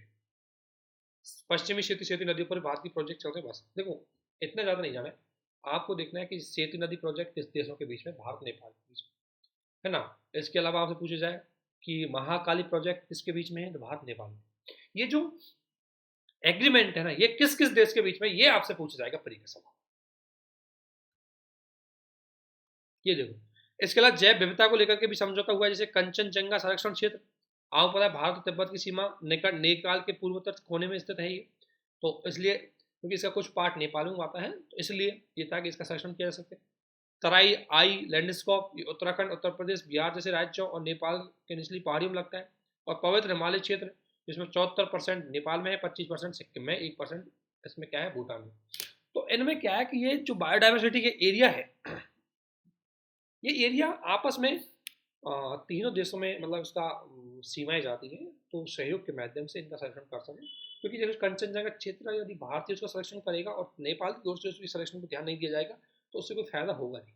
इसलिए बायोडाइवर्सिटी के संरक्षण के लिए इन तीनों ने अपना क्या संरक्षण कर लिया, क्योंकि ये तीनों क्या है, सीमा पार संरक्षित क्षेत्र, जो एक देश से दूसरे देश में भी उनकी सीमाएं लगती हैं। ये बेसिकली दोनों देशों की बात हैं। भारत और नेपाल कितनी सीमा लगाते हैं, 1800 किलोमीटर। कौन कौन लगाता है, एक आपको देखो, एक तो आपको पश्चिम बंगाल, उत्तर प्रदेश, उत्तराखंड, बिहार और सिक्किम, ये है जो आपकी किससे सीमा लगाते हैं, नेपाल से। भारत और नेपाल के बीच में भी नेपाल संधि या मित्र से संबंधी हो सके। ये संधि हमने किसके साथ और कर रखी है, बांग्लादेश के साथ भी कर रखी है, और हुई थी बांग्लादेश के साथ 1972 में। इस संधि में यह है कि नेपाल, इस संधि की मेन कंडीशन ये है कि जिस देशों के बीच में मैत्री संधि होती है, इसका मतलब है कि वो पक्के मित्र हैं, अर्थात ये दोनों देश आपस में कोई ऐसा एग्रीमेंट नहीं करेंगे जो इसमें दूसरे देश को नुकसान पहुंचाए, ठीक है। इसके अलावा 80 लाख नेपाली भारत में रहते हैं, क्योंकि नेपालियों को भारत में आने के लिए किसी प्रकार के वीजे की जरूरत नहीं पड़ती, है ना। और उनको सभी, वो भारत में एग्जाम भी दे सकते हैं, उनको सभी चीज़ों का लाभ मिलता है। भारत नेपाल का सबसे बड़ा व्यापारिक भागीदारी भी है, ध्यान रखना। मैं बोल रहा हूँ पहले व्यापारिक भागीदार कौन, दूसरे नंबर पे कौन है आपका, बांग्लादेश, और पहले नंबर पे कौन है आपका, नेपाल। सबसे बड़ा व्यापारिक भागीदार है, $7 बिलियन का होता है। दोनों के बीच में सैन्य एग्रीमेंट होता है, सूर्यकरण, ठीक है। ऊर्जा के रूप में अगर देखें तो 1971 में दोनों में विद्युत विनिमय समझौता किया, और वही बता रहे जो हमने अभी महाकाली प्रोजेक्ट जैसे पंचेश्वर प्रोजेक्ट बताए हैं, वो सभी इसी एग्रीमेंट के पार्ट थे। इसके अलावा दक्षिण एशिया की पहली सीमा पार पेट्रोलियम उत्पाद पाइपलाइन भी बनाई है, मोतिहारी से नेपाल के, और भारत के मोतिहारी जिले से नेपाल के अमलेखगंज से। अब आप पूछ रहे हैं अमलेखगंज मोतिहारी, मतलब अमलेखगंज और मोतिहारी के बीच में जो कनेक्टिविटी हो किस किस के बीच में, यूपीएससी का क्वेश्चन ये होगा। इसके अलावा स्वामी विवेकानंद सांस्कृतिक केंद्र बनाया गया है नेपाल में। BBIN में दोनों देश शामिल है, बिम्स्टेक में, नेम में, सार्क में, बहुउद्देशीय मंच है जहाँ दोनों देश आपस में सहयोग करते हैं। सीमा विवाद, थोड़ा बहुत सीमा विवाद होता रहता है, लेकिन खास विवाद होता नहीं है। भारत और श्रीलंका,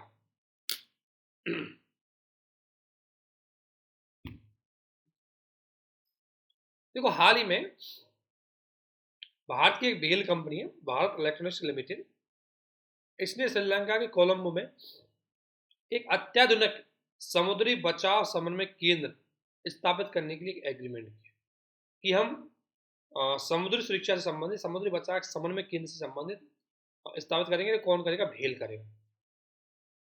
तो इसमें क्या है, बेसिकली ये MRCC है, संयुक्त राष्ट्र संघ के अंतर्गत अंतर्राष्ट्रीय समुद्री संगठन के तहत एक नेटवर्क का हिस्सा है। इसमें यह है कि देखो, अगर कोई इमरजेंसी सिचुएशन आ गई, जैसे कोई जहाज फंस गया, तेल रिसाव हो गया, तो ऐसी सिचुएशन के लिए तुरंत रेस्पॉन्स सेंटर के रूप में काम करेगा। जो देश इसके सदस्य होंगे वो सभी देश इसमें स्वयं बचाव और खोज के रूप में जिम्मेदार होगा। प्रत्येक देश स्वयं के बचाव और खोज के रूप में सर्चिंग करेंगे, देखेंगे क्या हुआ, इस पर काम करेंगे। और ये नौसेना, तटरक्षक सेनाएं इसमें आपस में कोऑर्डिनेशन करेंगी। श्रीलंका की नौसेना, भारतीय नौसेना, तटरक्षक सेना आपस में कोऑर्डिनेशन करेंगे, ठीक है ना। और भारत में तटरक्षक बल को इसमें कोऑर्डिनेशन का जिम्मेदारी सौंपी गई। हो सकता है श्रीलंका में नौसेना को जिम्मेदारी दे दें, किसी देश में तटरक्षक बल को जिम्मेदारी सौंप दें। तो ये समुद्री बचाव समन्वय केंद्र है, इसको कोलंबो में स्थापित किया जाएगा। तो ये थोड़ा देख लेना क्या है, ये मैंने बता दिया। भारत श्रीलंका के संबंध में थोड़ा देख लेना। भारत श्रीलंका दोनों के बीच में ध्यान रखना, मुक्त व्यापार समझौता हो रखा है पहले से। फ्री ट्रेड एग्रीमेंट भारत और श्रीलंका के बीच में हो रहा है। फ्री ट्रेड एग्रीमेंट का मतलब है कि दोनों देशों के बीच में होने वाली वस्तुओं का आयात निर्यात में किसी प्रकार कस्टम ड्यूटी या किसी प्रकार कोई ड्यूटी नहीं लगेगी। श्रीलंका सार्क का सदस्य है और सार्क में के अंतर्गत आने वाले देशों में सबसे बड़े व्यापार भागीदारों में से एक है। ठीक है ना। फिर एफडीआई, भारत श्रीलंका में सबसे ज्यादा एफडीआई का निवेश करता है। भारत श्रीलंका को कई महत्वपूर्ण प्रोजेक्टों में पैसा दे रहा है, लगभग 500 मिलियन की। इसके अलावा श्रीलंका के अंतर्गत एक आवास प्रोजेक्ट है, उसमें भी भारत द्वारा अपना पैसा दिया जा रहा है। आप सभी जानते हैं कि श्रीलंका के साथ हमारे अशोक के सम्राट काल से ही बहुत महत्वपूर्ण संबंध है, क्योंकि अशोक के जो अशोक ने श्रीलंका में बहुत बड़ी मात्रा में महात्मा बुद्ध की शिक्षाओं को प्रसार किया। उसके पुत्र महेंद्र और उसकी पत्नी संघमित्रा के द्वारा 1998 में दोनों के बीच में एक अंतर पहल हुई, जिसमें इंडिया श्रीलंका फाउंडेशन, जिसका मुख्य उद्देश्य था कि दोनों देशों के बीच में जो नागरिक समाज है वो अपनी वैज्ञानिक, तकनीकी, शैक्षणिक, सांस्कृतिक आदि चीज़ों के बीच में कनेक्टिविटी बढ़ाई जा सके। इसका मतलब है कि श्रीलंका के लोग भारत में आके स्टडी करें, बाहर के लोग भी अगर जाना चाहते हैं श्रीलंका में कोई कल्चरल एक्टिविटी वो कर सके। तो ये दोनों के बीच में एग्रीमेंट हुए। एक है कच्चा तीबू द्वीप। एक्चुअली में आपको इसकी लोकेशन देखनी है। कच्चा तीबू द्वीप की अगर मैं बात करूँ तो ये है मुख्य रूप से रामेश्वरम और पाक स्टेट में है। ये हुआ क्या था कि कच्चा जो कच्चा तीबू द्वीप है, इसको 1994 में 1997 में एक एग्रीमेंट हुआ था। उस एग्रीमेंट के अंतर्गत भारत ने इसको श्रीलंका को दे दिया। जब श्रीलंका को 97 का ये एग्रीमेंट में दिया गया था तो इसमें एक कंडीशंस थी। कंडीशन ये थी कि इस पे अधिकार तो श्रीलंका का रहेगा, लेकिन अगर कोई भारतीय मछुआरा यहाँ पर जाता है तो वो विश्राम कर सकता है, उसको इसकी परमिशन होनी चाहिए। ये इस एग्रीमेंट की शर्त थी। हाल ही में तमिलनाडु यात्रा पर जब भारतीय प्रधानमंत्री गए, तमिलनाडु के सीएम ने बोला कि भाई इस कच्चा जो तीबू द्वीप है इसको हमें पुनः प्राप्त करना चाहिए, ये हमारे हिस्से में होना चाहिए। इसी की बात हुई थी। इस द्वीप के बारे में अगर देखें तो द्वीप मुख्य रूप से पाक जलदमरू में स्थित है और यहाँ पर कोई आदमी नहीं रहता, ये निर्जन है। आप सभी जानते हैं ये इधर अरब सागर हो गया और इधर बंगाल खाड़ी हो, सॉरी इसमें देखो पाक जल संधि के बारे में आप सभी जानते हो। पाक जल संबंधी संधि है वो भारत और श्रीलंका को तो अलग करती है और ये है बंगाल खाड़ी और अरब सागर को जोड़ती है, ये वाला। ठीक है। तो यहाँ आपको कच्चा द्वीप 1940 सेंचुरी में ये ध्यान रखना एक ज्वालामुखी विस्फोटक द्वीप है। ठीक है। और 1974 में जो एग्रीमेंट हुआ उसके बारे में मैंने बता दिया पूरा हुई। तो एक बार इसकी मैपिंग देख लेना कहाँ पर है। अफगानिस्तान की बात करें, ध्यान रखना अफगानिस्तान में हाल ही में आप देखें तालिबान का शासन आया। तालिबान के साथ भारत के संबंध काफी अच्छे नहीं थे, तो भारत ने तालिबान से अपने संबंध तोड़ दिए। लेकिन बाद में भारत में एक चीज़ आई कि भाई मेरा राष्ट्र हित सर्वोपरि है, कोई भी सरकार हो, मैंने अफगानिस्तान में $4 बिलियन का इन्वेस्ट कर रखा है, तो मुझे उसको सुरक्षित रखना है। तो जो अभी सत्ता में है उसके साथ मुझे समझौता करना पड़ रहा है, तो इसलिए भारत ने दोबारा से अपना दूतावास है वो काबुल में खोल दिया। उसी के बारे में हाईलाइटेड है। आप सभी जानते हैं कि तालिबान ने अटैक किया तो वहां से भारतीयों को निकालने के लिए ऑपरेशन देवी शक्ति की शुरुआत की गई थी। ठीक है ना। इसके बाद दुशांबे में अफगानिस्तान में चौथी क्षेत्रीय वार्ता एनएसए ने आतंकवाद से निपटने के लिए बोला कि भाई हमें अफगानिस्तान की क्षमता है बढ़ानी चाहिए ताकि वो आतंकवाद से निपट सके। एक थोड़ा सा देख लो, भारत के बहुत सारे ऑपरेशन है जो अलग अलग देश में अलग अलग प्रकार की एक्टिविटियों के समय भारत ने अपने बचाव के लिए चलाए गए। क्योंकि हाल ही में भारत एक सीडीआर से भी अभी चल रहा है, उसमें भी भारत सोच रहा है उनको बचाव करने के लिए आज की डेट में। लेकिन इनको देख लो एक बार, ऑपरेशन सुकून 2006 में जब लेबनान में युद्ध हुआ तो भारतीय, श्रीलंका और नेपाली तीनों नागरिकों को भारत ने वहां से निकाला इस ऑपरेशन सुकून के अंतर्गत। 2011 में ऑपरेशन सेफ होमवर्क, ये लीबिया में गृह युद्ध हुआ तो वहां रहने वाले भारतीयों को निकाला। ऑपरेशन राहत 2015 में हुआ था, ये यमन में जब गृह युद्ध चल रहा था तो वहां से भारतीय और विदेशी नागरिकों को भी इसमें निकाला गया भारत में। ऑपरेशन गंगा, यूक्रेन रशिया में डिस्प्यूट चला 2022 में, आपने देखा वहां से भारतीयों को निकाला भारत ने। तो ये अलग अलग प्रकार के जो मिशन है वो हो सकता है भारत चला रहा है। तो ये बेसिकली एक चीज़ है, आपको एक तो प्री के लिए ये ध्यान रखना है, बाकी आपको थोड़ा सा देखना है कि भारत ने अफगानिस्तान में क्या क्या कर रखा है, ये थोड़ा सा प्री के लिए इंपॉर्टेंट है। एक तो भारत की सीमा एकमात्र लगती है लद्दाख की। लद्दाख की सीमा लगती है ये लगभग 106 किलोमीटर, और ये भी कौन सी वाली, जो पीओके में है, पाकिस्तान द्वारा ऑक्यूपाइड किया गया। ठीक है ना। इसके अलावा दोनों सिंधु घाटी समझौते, मतलब सिंधु नदी की सिंधु घाटी की अगर मैं बात करें तो सिंधु घाटी के काल से दोनों एक हैं। 1949 में दोनों के बीच में एक मैत्री संधि हो चुकी थी। अफगानिस्तान भारत का महत्वपूर्ण एक्सपोर्ट करता है, भारत अफगानिस्तान बड़ी मात्रा में। और एक दोनों के बीच में तरजीही व्यापार एग्रीमेंट, इसको बोलते हैं प्रिफरेंशियल ट्रेड एग्रीमेंट। देखो प्रिफरेंशियल ट्रेड एग्रीमेंट में क्या होता है, एक होता है दोस्तों free trade agreement. Free trade में क्या है कि सारी वस्तुओं में आप ज़्यादातर आप टैक्स फ्री कर देते हो या शुल्क फ्री कर देते हो। प्रिफरेंशियल ट्रेड एग्रीमेंट में मतलब है कि अफगान मतलब दो देशों के बीच होने वाला एग्रीमेंट, उसमें किसी देश को ज़्यादा प्रेफर दिया जाता है, हो सकता है उसमें ड्यूटी शुल्क कम लगाया जाता है, उसकी वस्तुओं को ज़्यादा प्रायोरिटी दी जाए, उसे बोलते हैं प्रेफरेंस। तो ये भारत और अफगानिस्तान के बीच में हो रखा है, जिसमें यह कि भारत ने अफगानिस्तान से सूखे मेवे जिसमें 38 तरह के आइटम है, उसमें शुल्क है वो कम, बहुत कम कर दिया है, रियायत कर दी उसमें। इसके अलावा भारत बड़ी मात्रा में अफगानिस्तान को अनुदान दिया है। दोनों के बीच में 2017 में एक एयर फ्रंट कॉरिडोर बना। एयर फ्रंट कॉरिडोर में क्या है कि भारत का बम्बई और अफगानिस्तान के काबुल के बीच में डायरेक्ट कार्गो चलाए गए थे कि वस्तुओं को यहाँ से लेंगे डायरेक्ट अफगानिस्तान में बेचेंगे, क्योंकि भारत की बड़ी मात्रा में एग्रीकल्चर की चीज़ें अफगानिस्तान में जाकर के एक्सपोर्ट होती थी, वहाँ से सूखे मेवे या ड्राई फ्रूट से वो भारत में आती थी। तो दोनों की इन संभावनाओं को देखते हुए दोनों के बीच में एयर फ्रंट कॉरिडोर डेवलप किया गया, क्योंकि हमें पाकिस्तान से जाना पड़ता था, पाकिस्तान के साथ हमारे लगातार हमारे संबंध अच्छे नहीं थे, इसलिए भारत ने अपने विकल्प के रूप में 2017 में इसको चालू किया। 2002 से 2021 के बीच में भारत ने बड़ी मात्रा में अफगानिस्तान में इन्वेस्ट किया है, लगभग $4 बिलियन खर्च किए, जिसके अंतर्गत भारत ने अफगानिस्तान में अपनी भारत संसद बनवाई। अब संसद किस बात का निशान है, लोकतंत्र का, अर्थात भारत ने अफगानिस्तान में लोकतंत्र को बढ़ावा देने की बात की। सलमा डैम, ये भारत अफगानिस्तान मैत्री डैम बोला जाता है, वो यहाँ बनाया गया है। जरांज देलराम सड़क परियोजना, ये भारत ने बनाई है। आप क्यों बनाई, क्योंकि भारत क्या करेगा, ईरान के चहावार तक अपना पोर्ट डेवलप किया भारत ने, चहावारा से यहाँ तक जरांज तक जाएगा, जरांज और डेरान सॉरी चहावार से यहाँ तक, और यहाँ से डेरान, ये यहाँ तक कनेक्टिविटी के जो डेरांज है और ये जो रोड है कनेक्टिविटी, ये अफगानिस्तान के अंदर रोड बनाने की बात की गई।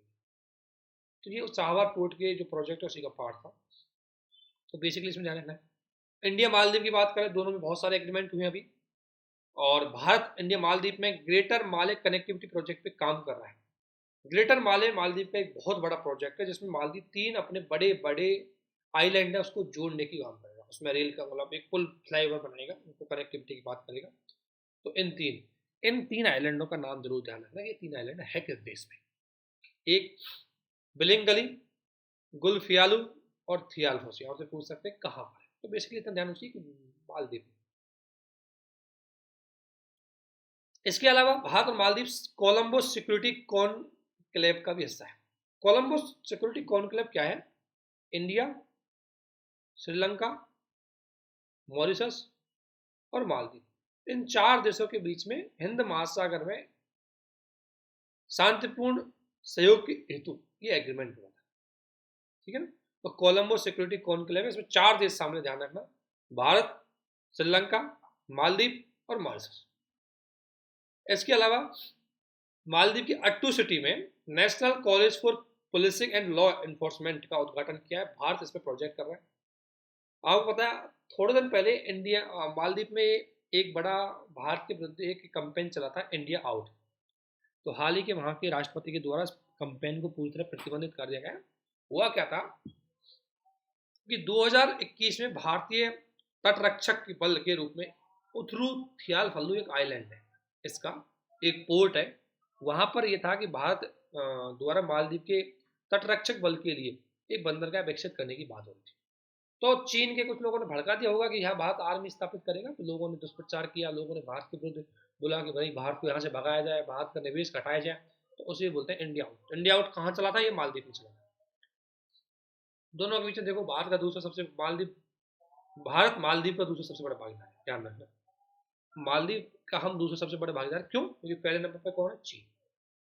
दूसरा, दोनों के बीच में $300 मिलियन का व्यापार होता है, ये नेबरहुड फर्स्ट पॉलिसी का हिस्सा है। और आपको पता है कि विवादों को निपटान करने के लिए 1976 में एक समझौता हुआ, जिसके अंतर्गत मिनीकॉय को मालदीव ने भारतीय हिस्से के रूप में स्वीकार किया। और मिनीकॉय आप जानते हैं लक्षद्वीप के अंतर्गत आता है। 2016 में भारत मालदीव के रक्षा फ्रेमवर्क हुआ, ये एक सैन्य अभ्यास है, दोनों एक्टिव वेरिएंट, जो भारत मालदीव की सेना के बीच में होने वाला एक महत्वपूर्ण सैन्य अभ्यास है।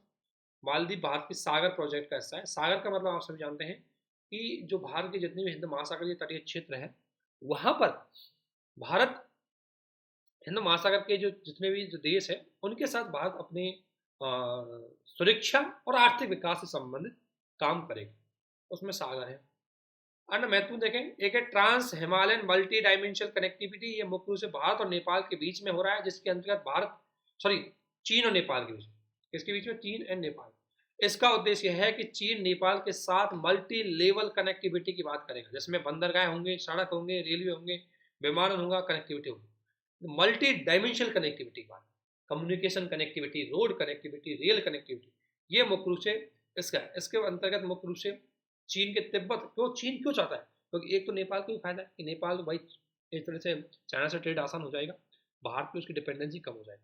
दूसरा चीन को क्या फायदा है, चीन नेपाल की सीमा तक पहुंच करके भारत पे कंट्रोल आसानी से कर लेगा।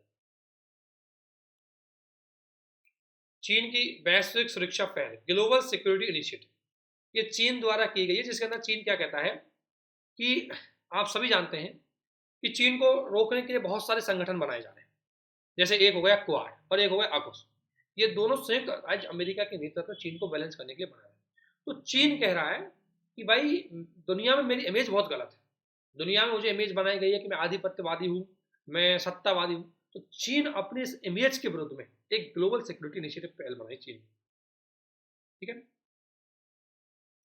इसके बाद है एक पारक्यूब फायर स्ट्रेटजी। देखो फायर स्ट्रेटजी को ध्यान रखना, ये स्ट्रेटजी बड़ी कमाल की है। ताइवान इसको चीन के विरुद्ध यूज कर रहा है, ताइवान है वो चीन के विरुद्ध यूज कर रहा है। इस स्ट्रेटजी में क्या होता है, कोई देश को पता है कि मैं इतना शक्तिशाली नहीं हूँ जिससे डायरेक्टली इंटरफेयर कर सकता हूँ या डायरेक्टली से लड़ाई कर, ऐसी स्थिति में इसमें क्या कह सकते हैं हम, ऐसी स्थिति में क्या करता है कोई दूसरा देश जो कमजोर है वो क्या करेगा कि वो अपने डिफेंस सिस्टम को कम से कम इतना मजबूत तो करेगा कि उसको हमलावर देश अगर चीन उसको अटैक भी करे तो कम से कम चीन को नुकसान तो पहुंचे। तो वही है, इसकी अंतर्गत यह है कि इसमें कमजोर देश अपने रक्षा तंत्र को इतना ज्यादा मजबूत कर लेता है कि शत्रु देश की कमजोरी को निशाए बजाय शत्रु देश की कमजोरी को निशाना बनाता है। अच्छा एक चीज ध्यान रखना, इसमें अपने डिफेंस सिस्टम को तो मजबूत करेगा, लेकिन वो ज्यादा फोकस करेगा शत्रु देश की कमजोरी पर। जैसे चाइना कमजोरी पर फोकस करेगा, उसकी इंटेलिजेंस को निकालेगा, उसके विरुद्ध गुरिल्ला युद्ध चलाएगा। और तीसरी सबसे बड़ी अंतर है द्वीप के भूगोल और जनसंख्या पर निर्भर करता है। बेसिकली इसमें ध्यान रखना है, पारक्यूब पायम स्ट्रेटजी में है कि कोई देश खुद ज़्यादा शक्तिशाली तो नहीं बन पाएगा, लेकिन दूसरे देश की कमजोरी को निकाल करके उसके विरुद्ध इसको। अगला है spectrographic investigation of nebular gas project. ये भारत और चीन के बीच में एक सिंग परियोजना पर, मतलब ये है कि क्या हो रहा है, एक सिंग प्रोजेक्ट चल रहा है। और सिंग प्रोजेक्ट में ये था कि भारतीय वैज्ञानिक और रूसी वैज्ञानिक चीन का एक तियांगोई, अब पता है तियांगोई क्या है, चीन का एक स्थायी अंतरिक्ष स्पेस है, उसके लिए काम कर रहे हैं। तो मामला ये हुआ है कि भारत और चीन के बीच में थोड़े विवाद बढ़ रहे हैं, तो इससे वैज्ञानिकों ने चिंता जाहिर की है कि हो सकता है इस प्रोजेक्ट में कुछ समस्याएं उत्पन्न हो जाए। सिंह के आप सभी जानते हैं स्पेक्ट्रोग्राफ को भेजने और उसकी अवस्था से संबंधित है, जिसके अंदर परावैंगनिक किरणों का अध्ययन हम करेंगे और प्रकाश को घटक आवृत्ति और तरंग देने को बाधित किया। स्पेक्ट्रोग्राफ एक इक्विपमेंट है और उस स्पेक्ट्रोग्राफ इस इक्विपमेंट को भेज रहे हैं हम कहाँ पर, तियांगोंग पे। तो उसकी स्थिति के लिए चला रखा है हमने सिंग प्रोजेक्ट, और सिंग प्रोजेक्ट में भारत के वैज्ञानिक और रशिया के वैज्ञानिक भी इसमें शामिल है। लेकिन दिक्कत यह है कि भारत और चीन का बढ़ता डिस्प्यूट कहीं ना कहीं इसको दिक्कत ना करे। एक है वुल्फ वॉरियर कूटनीति, सभी जानते हैं। वुल्फ वॉरियर कूटनीति के अंतर्गत क्या होता है कि सोशल मीडिया पर या सार्वजनिक प्लेटफॉर्म पर आप किसी दूसरे देश के प्रति बहुत ज़्यादा एग्रेसिव, विरोधाभासी और शत्रुतापूर्ण कूटनीति अपनाते हैं, उकसाने जैसे उत्तेजक शब्दों को यूज करते हैं, उसे बोलते हैं वुल्फ वॉरियर कूटनीति। आप सभी जानते हैं चीन ने अपने राष्ट्रीय हितों के लिए चीन के राजनयिकों द्वारा आक्रमण तरीके से वुल्फ वॉरियर कूटनीति का प्रयोग किया था। इसके जितने भी जो डिप्लोमेटिक है वो सारे अलग अलग प्लेटफॉर्म पर बहुत अजीब टाइप के एग्रेसिव और चीन को ऊपर दिखाने के लिए स्टेटमेंट मारते हैं, उसी को बोलते हैं चीन की वुल्फ वॉरियर कूटनीति।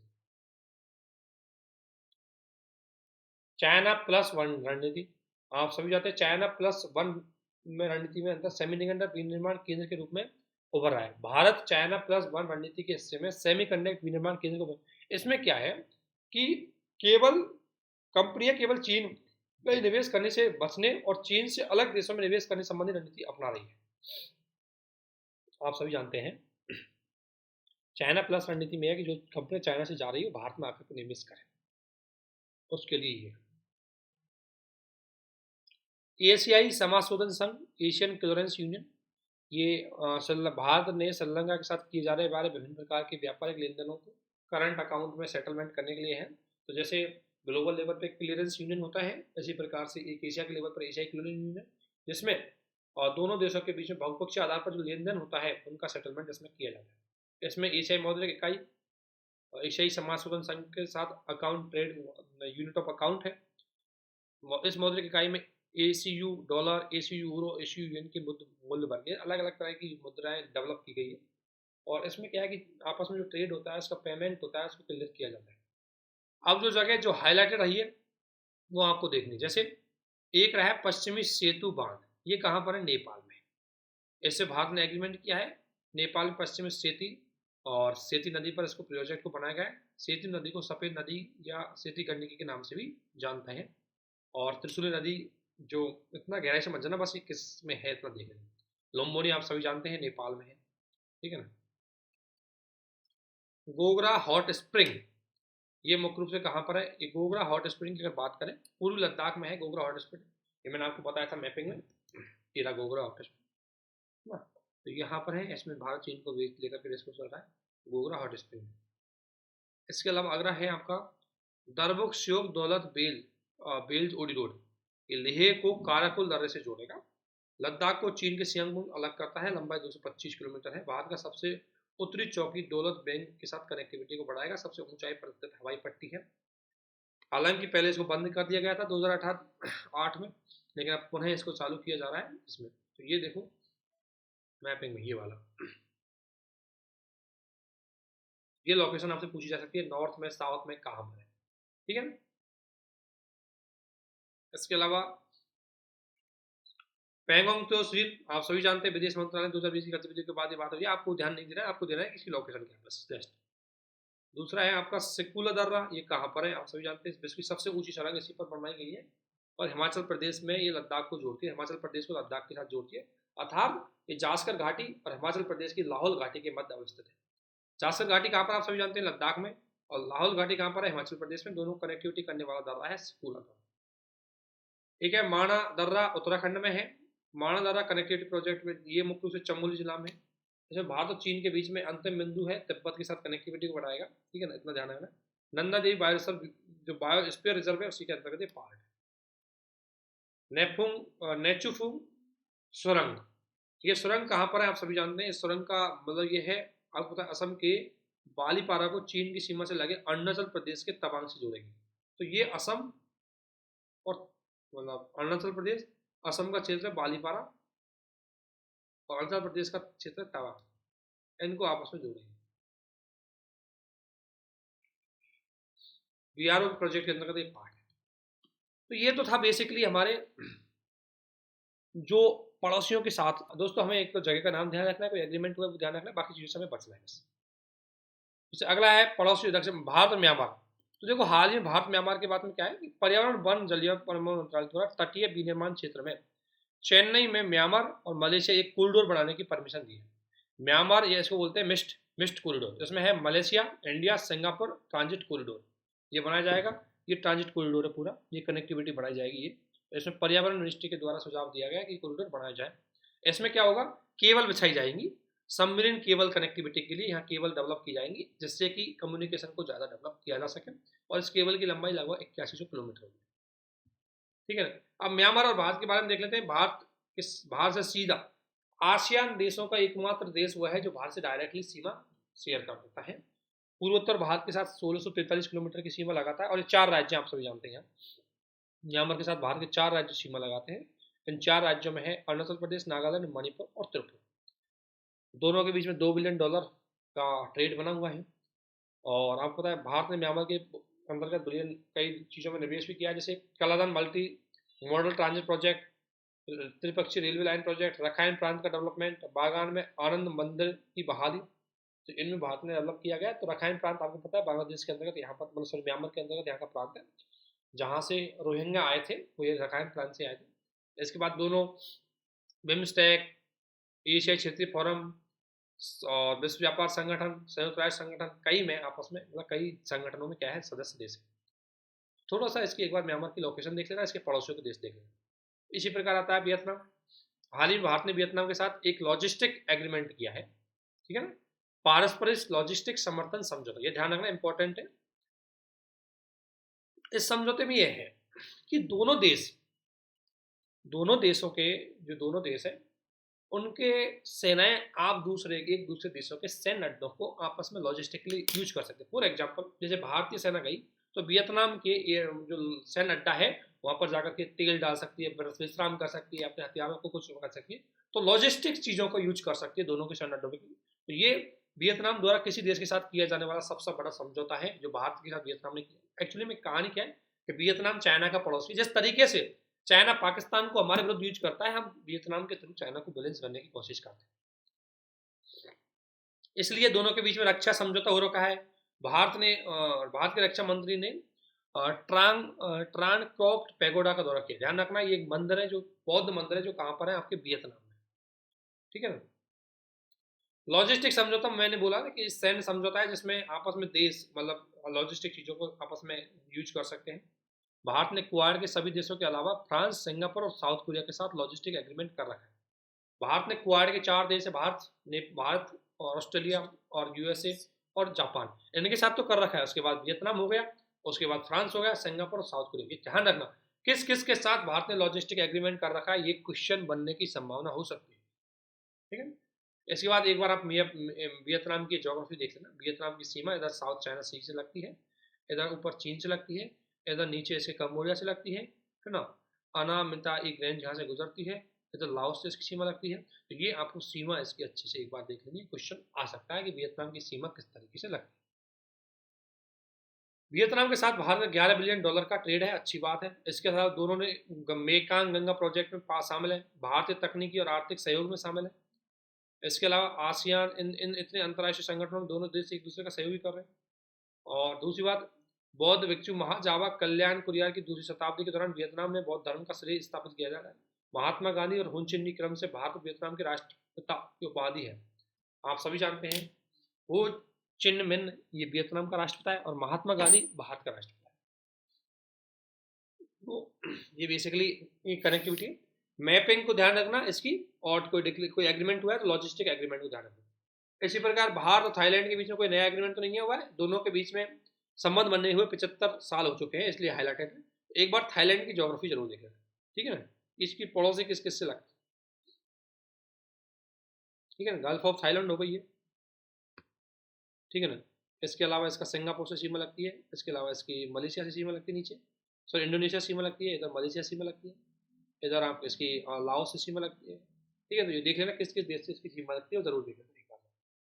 भारत इसके बीच में, दोनों के बीच में $15 बिलियन का ट्रेड होता है। लुक ईस्ट, थाईलैंड ने अपनी एक पॉलिसी अपनाई कि हम लुक वेस्ट देखेंगे, लुक वेस्ट में भारत आ रहा था, तो भारत ने इसके पक्ष में बोला हम लुक ईस्ट देखेंगे, यानी कि लुक ईस्ट पॉलिसी अपनाई।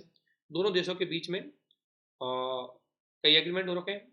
दोनों देश BIMSTEC transport infrastructure and logistic study आदि में शामिल है। तो ये दो चीजें देख लेना बस। दोनों बौद्ध धर्म की कनेक्टिविटी के लिए, दोनों बौद्ध धर्म की कनेक्टिविटी के लिए बहुत ज्यादा है, क्योंकि बड़ी मात्रा में बौद्ध भिक्षु आते हैं आपके लुम्बिनी, बोधगया, सारनाथ, कुशीनगर में। दोनों आसियान पूर्वी सहयोग, इनमें अंतर्राष्ट्रीय संगठन में सहयोग है।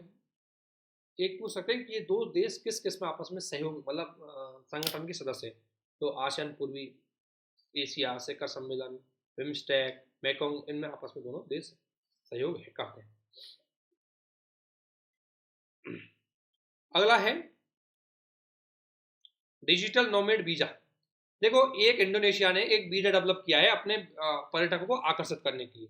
इस वीजा का मतलब है कोई व्यक्ति इंडोनेशिया में आकर के वर्क फ्रॉम होम कर सकता है और वहां से जो पैसा कमाएगा वो उसी उसी की आय मानी जाएगी जिस देश में आय अर्जित कर रहा है, ठीक है। जैसे वो कमा तो कहीं से रहा, लेकिन आज वो अमेरिका में इंडोनेशिया में आ गया, इंडोनेशिया में बैठ करके उसको एक वीजा दिया जाएगा कि आप भाई यहाँ घूम भी लो और साथ साथ में कोई काम भी कर सकते हो, लेकिन जो पैसा आएगा मुख्य रूप से वो आप नॉर्मली, इसमें यह है कि दूर मतलब यह है कि इसमें क्या करना है कि इसमें अलग अलग स्थानों पर यात्रा करते हुए मूल स्थान से दूर रहकर कार्य करके अपने अर्जित आय को उस देश में वो खर्च कर सकता है जिस देश में अभी ट्रेवल कर रहा है।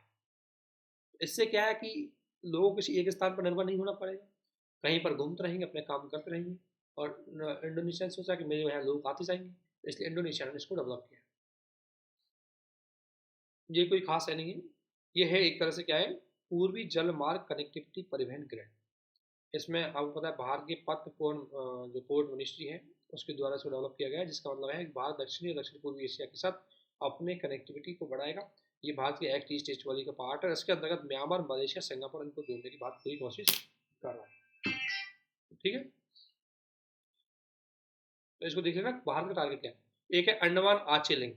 आचे आपको पता है ये इंडोनेशिया में है, अंडमान भारत में है, इनके बीच में कनेक्टिविटी को बढ़ाने की बात की जा रही है, तो इसी पे बात हो रही है बस। ये रहे, ये है आचे और ये है आपका अंडमान। ठीक है ना, इन दोनों के बीच में दूरी लगभग 160 किलोमीटर के समथिंग है। और सवांग अंडमान सागर और मलक्का जल सागर के सम्मिलित है। सवांग का क्षेत्र आचे, तो ये लोकेशन एक बार जरूर देख लेना। सो की जो हम जगह की बात करें, फिलीपींस की सीमाएं जरूर देख लेना मैपिंग में।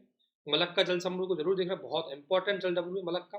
ध्यान रखना मलक्का जल संधि बहुत इंपॉर्टेंट है। इधर ये अरब सागर को, इधर ये मुख्य हिंद महासागर को कह सकते हैं। दक्षिणी चाइना, ये दक्षिणी चाइना सागर है, इधर अरब सागर है, इधर दक्षिणी चाइना सागर, इन दोनों को अलग अलग करते हैं। इसके अलावा ये आपको पता है यहाँ सिंगापुर है, यहाँ थाईलैंड है, इन दोनों के जोड़ने की कोशिश करें। ये थोड़ा सा एक बार आपको देखना पड़ेगा। मलक्का जल संधि को देख लेना, हमने ऑलरेडी मलक्का जितनी जल संधि है इसका पीडीएफ शेयर कर रखा है, उसको आप देख सकते हैं। कंबोडिया को एक बार इसकी सीमाएं जरूर देख लेना, कंबोडिया की सीमा जरूर देख लेना कंबोडिया की। इसके बाद इंडिया और वेस्ट की अगर हम बात करें तो देखो आपको पता है रक्षा मंत्रियों के साथ सहयोग चल रहा है भारत और इजराइल के साथ। तो और भारत और इजराइल के बीच में आपको पता है औद्योगिक अनुसंधान विकास एवं नवाचार कोष नाम से कई पहले हो चुकी है। I4 का मतलब यह है कि भारत और इजराइल मुख्य रूप से विभिन्न प्रकार के प्रोजेक्टों में रिसर्च अनुसंधान के रूप में काम करेंगे। ठीक है, इस पर ध्यान देंगे। और ये जो प्रोजेक्ट है पैरा, ये जो भारत और आप सभी जानते हैं भारत और इन दोनों के बीच में फ्री ट्रेड एग्रीमेंट की बात चल रही है, लेकिन हुआ नहीं है। ठीक है, दोनों के बीच में कृषि एग्रीमेंट की बात चल रही है, 3 साल के लिए एग्रीमेंट हुआ है 2021 से 23 के लिए, जिसमें इस कार्यक्रम का मुख्य उद्देश्य है कि स्थानीय किसानों को ज़्यादा लाभ दिया जाए, मतलब एग्रीकल्चर सेक्टर क्षेत्र में रिसर्च अनुसंधान किया जाए, सूखे और ऐसी फसलों को बढ़ावा देने वाली चीज़ों को बढ़ावा दिया जाए। एक शब्द ध्यान रखना, पैरा डिप्लोमेसी। देखो एक तो डिप्लोमेसी होता है दो देशों के बीच में, जैसे इसराइल और इंडिया। पैरा डिप्लोमेटिक मतलब इंडिया का कोई स्टेट इसराइल के साथ अपने संबंध बनाने की कोशिश करे। जैसे अभी क्या हुआ है, उत्तर प्रदेश सरकार ने इसराइल के साथ अपने कुछ एग्रीमेंट, प्रोजेक्ट एग्रीमेंट किए हैं, ताकि वहाँ की इनोवेशन को बढ़ावा दिया जाए, मतलब वहाँ इन्वेस्टमेंट को बढ़ावा दिया जाए, उसको लेकर उसे बोलते हैं पैरा, हम क्या कर सकते हैं उसको बोलते हैं पैरा डिप्लोमेसी। ठीक है ना,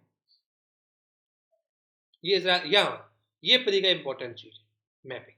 इसराइल की मैपिंग परी के लिए सबसे इंपॉर्टेंट है। जैसे ये ध्यान रखना, ये है वेस्ट बैंक, ये वेस्ट बैंक में क्योंकि यह जॉर्डन नदी है उसके वेस्ट में पाया जाता है, इसलिए इसको बोलते हैं वेस्ट बैंक। ठीक है, ये डेड सी है, ये डेड सी कैसा है, इसराइल और जॉर्डन के बीच में सीमा बनाता है डेड सी। ये गोलन हाइट है, ये मुख्य रूप से है तो सीरिया में, लेकिन अभी इस पर अधिकार किसने कर रखा है, इसराइल ने कर रखा है।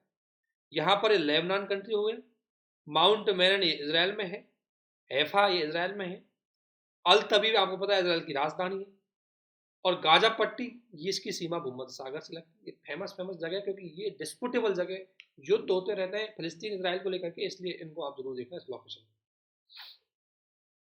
इसराइल के साथ भारत के संबंधों को थोड़ा देख लेते हैं, क्योंकि इसराइल भारत बड़ी मात्रा में इसराइल से अपने डिफेंस के हथियार लेता है, लगभग 13%। बराक भारत को इसराइल से मिला है, स्पाइट भारत को इसराइल से मिला है। इसके अलावा हॉरोप और हेरोन जो अनह्यूमन व्हीकल है उनको भारत से लिया गया है। इसके अलावा इसराइल भारत की बागवानी में बहुत महत्वपूर्ण काम करता है, और 2020-21 में इसराइल सबसे बड़ा व्यापारिक भागीदार था, तीसरा सबसे बड़ा 2020-21 में। पैरा डिप्लोमेसी का उदाहरण मैंने दे दिया। बुंदेलखंड में जल संकट को दूर करने के लिए उत्तर प्रदेश सरकार ने इसराइल के साथ अपने एक लिस्ट में जिसको बोलते हैं प्लान ऑफ कोऑपरेशन पर हस्ताक्षर किया, क्योंकि आपको पता है इसराइल के पास जल प्रबंधन की बहुत वेस्ट तकनीक है, क्योंकि इसराइल सूखा वाला क्षेत्र, डेजर्ट एरिया, उसके बाद भी एग्रीकल्चर बड़ी टॉप कंट्री में आता है। टू राष्ट्र समाधान ये क्या है, कुछ नहीं, संयुक्त राष्ट्र संघ के अंतर्गत दो राष्ट्रों के बीच में डिस्प्यूटों का सेटलमेंट करने के लिए टू स्टेट सॉल्यूशन दिया जाता है। ये विशेषकर किसके, इसराइल और फिलिस्तीन का बात है।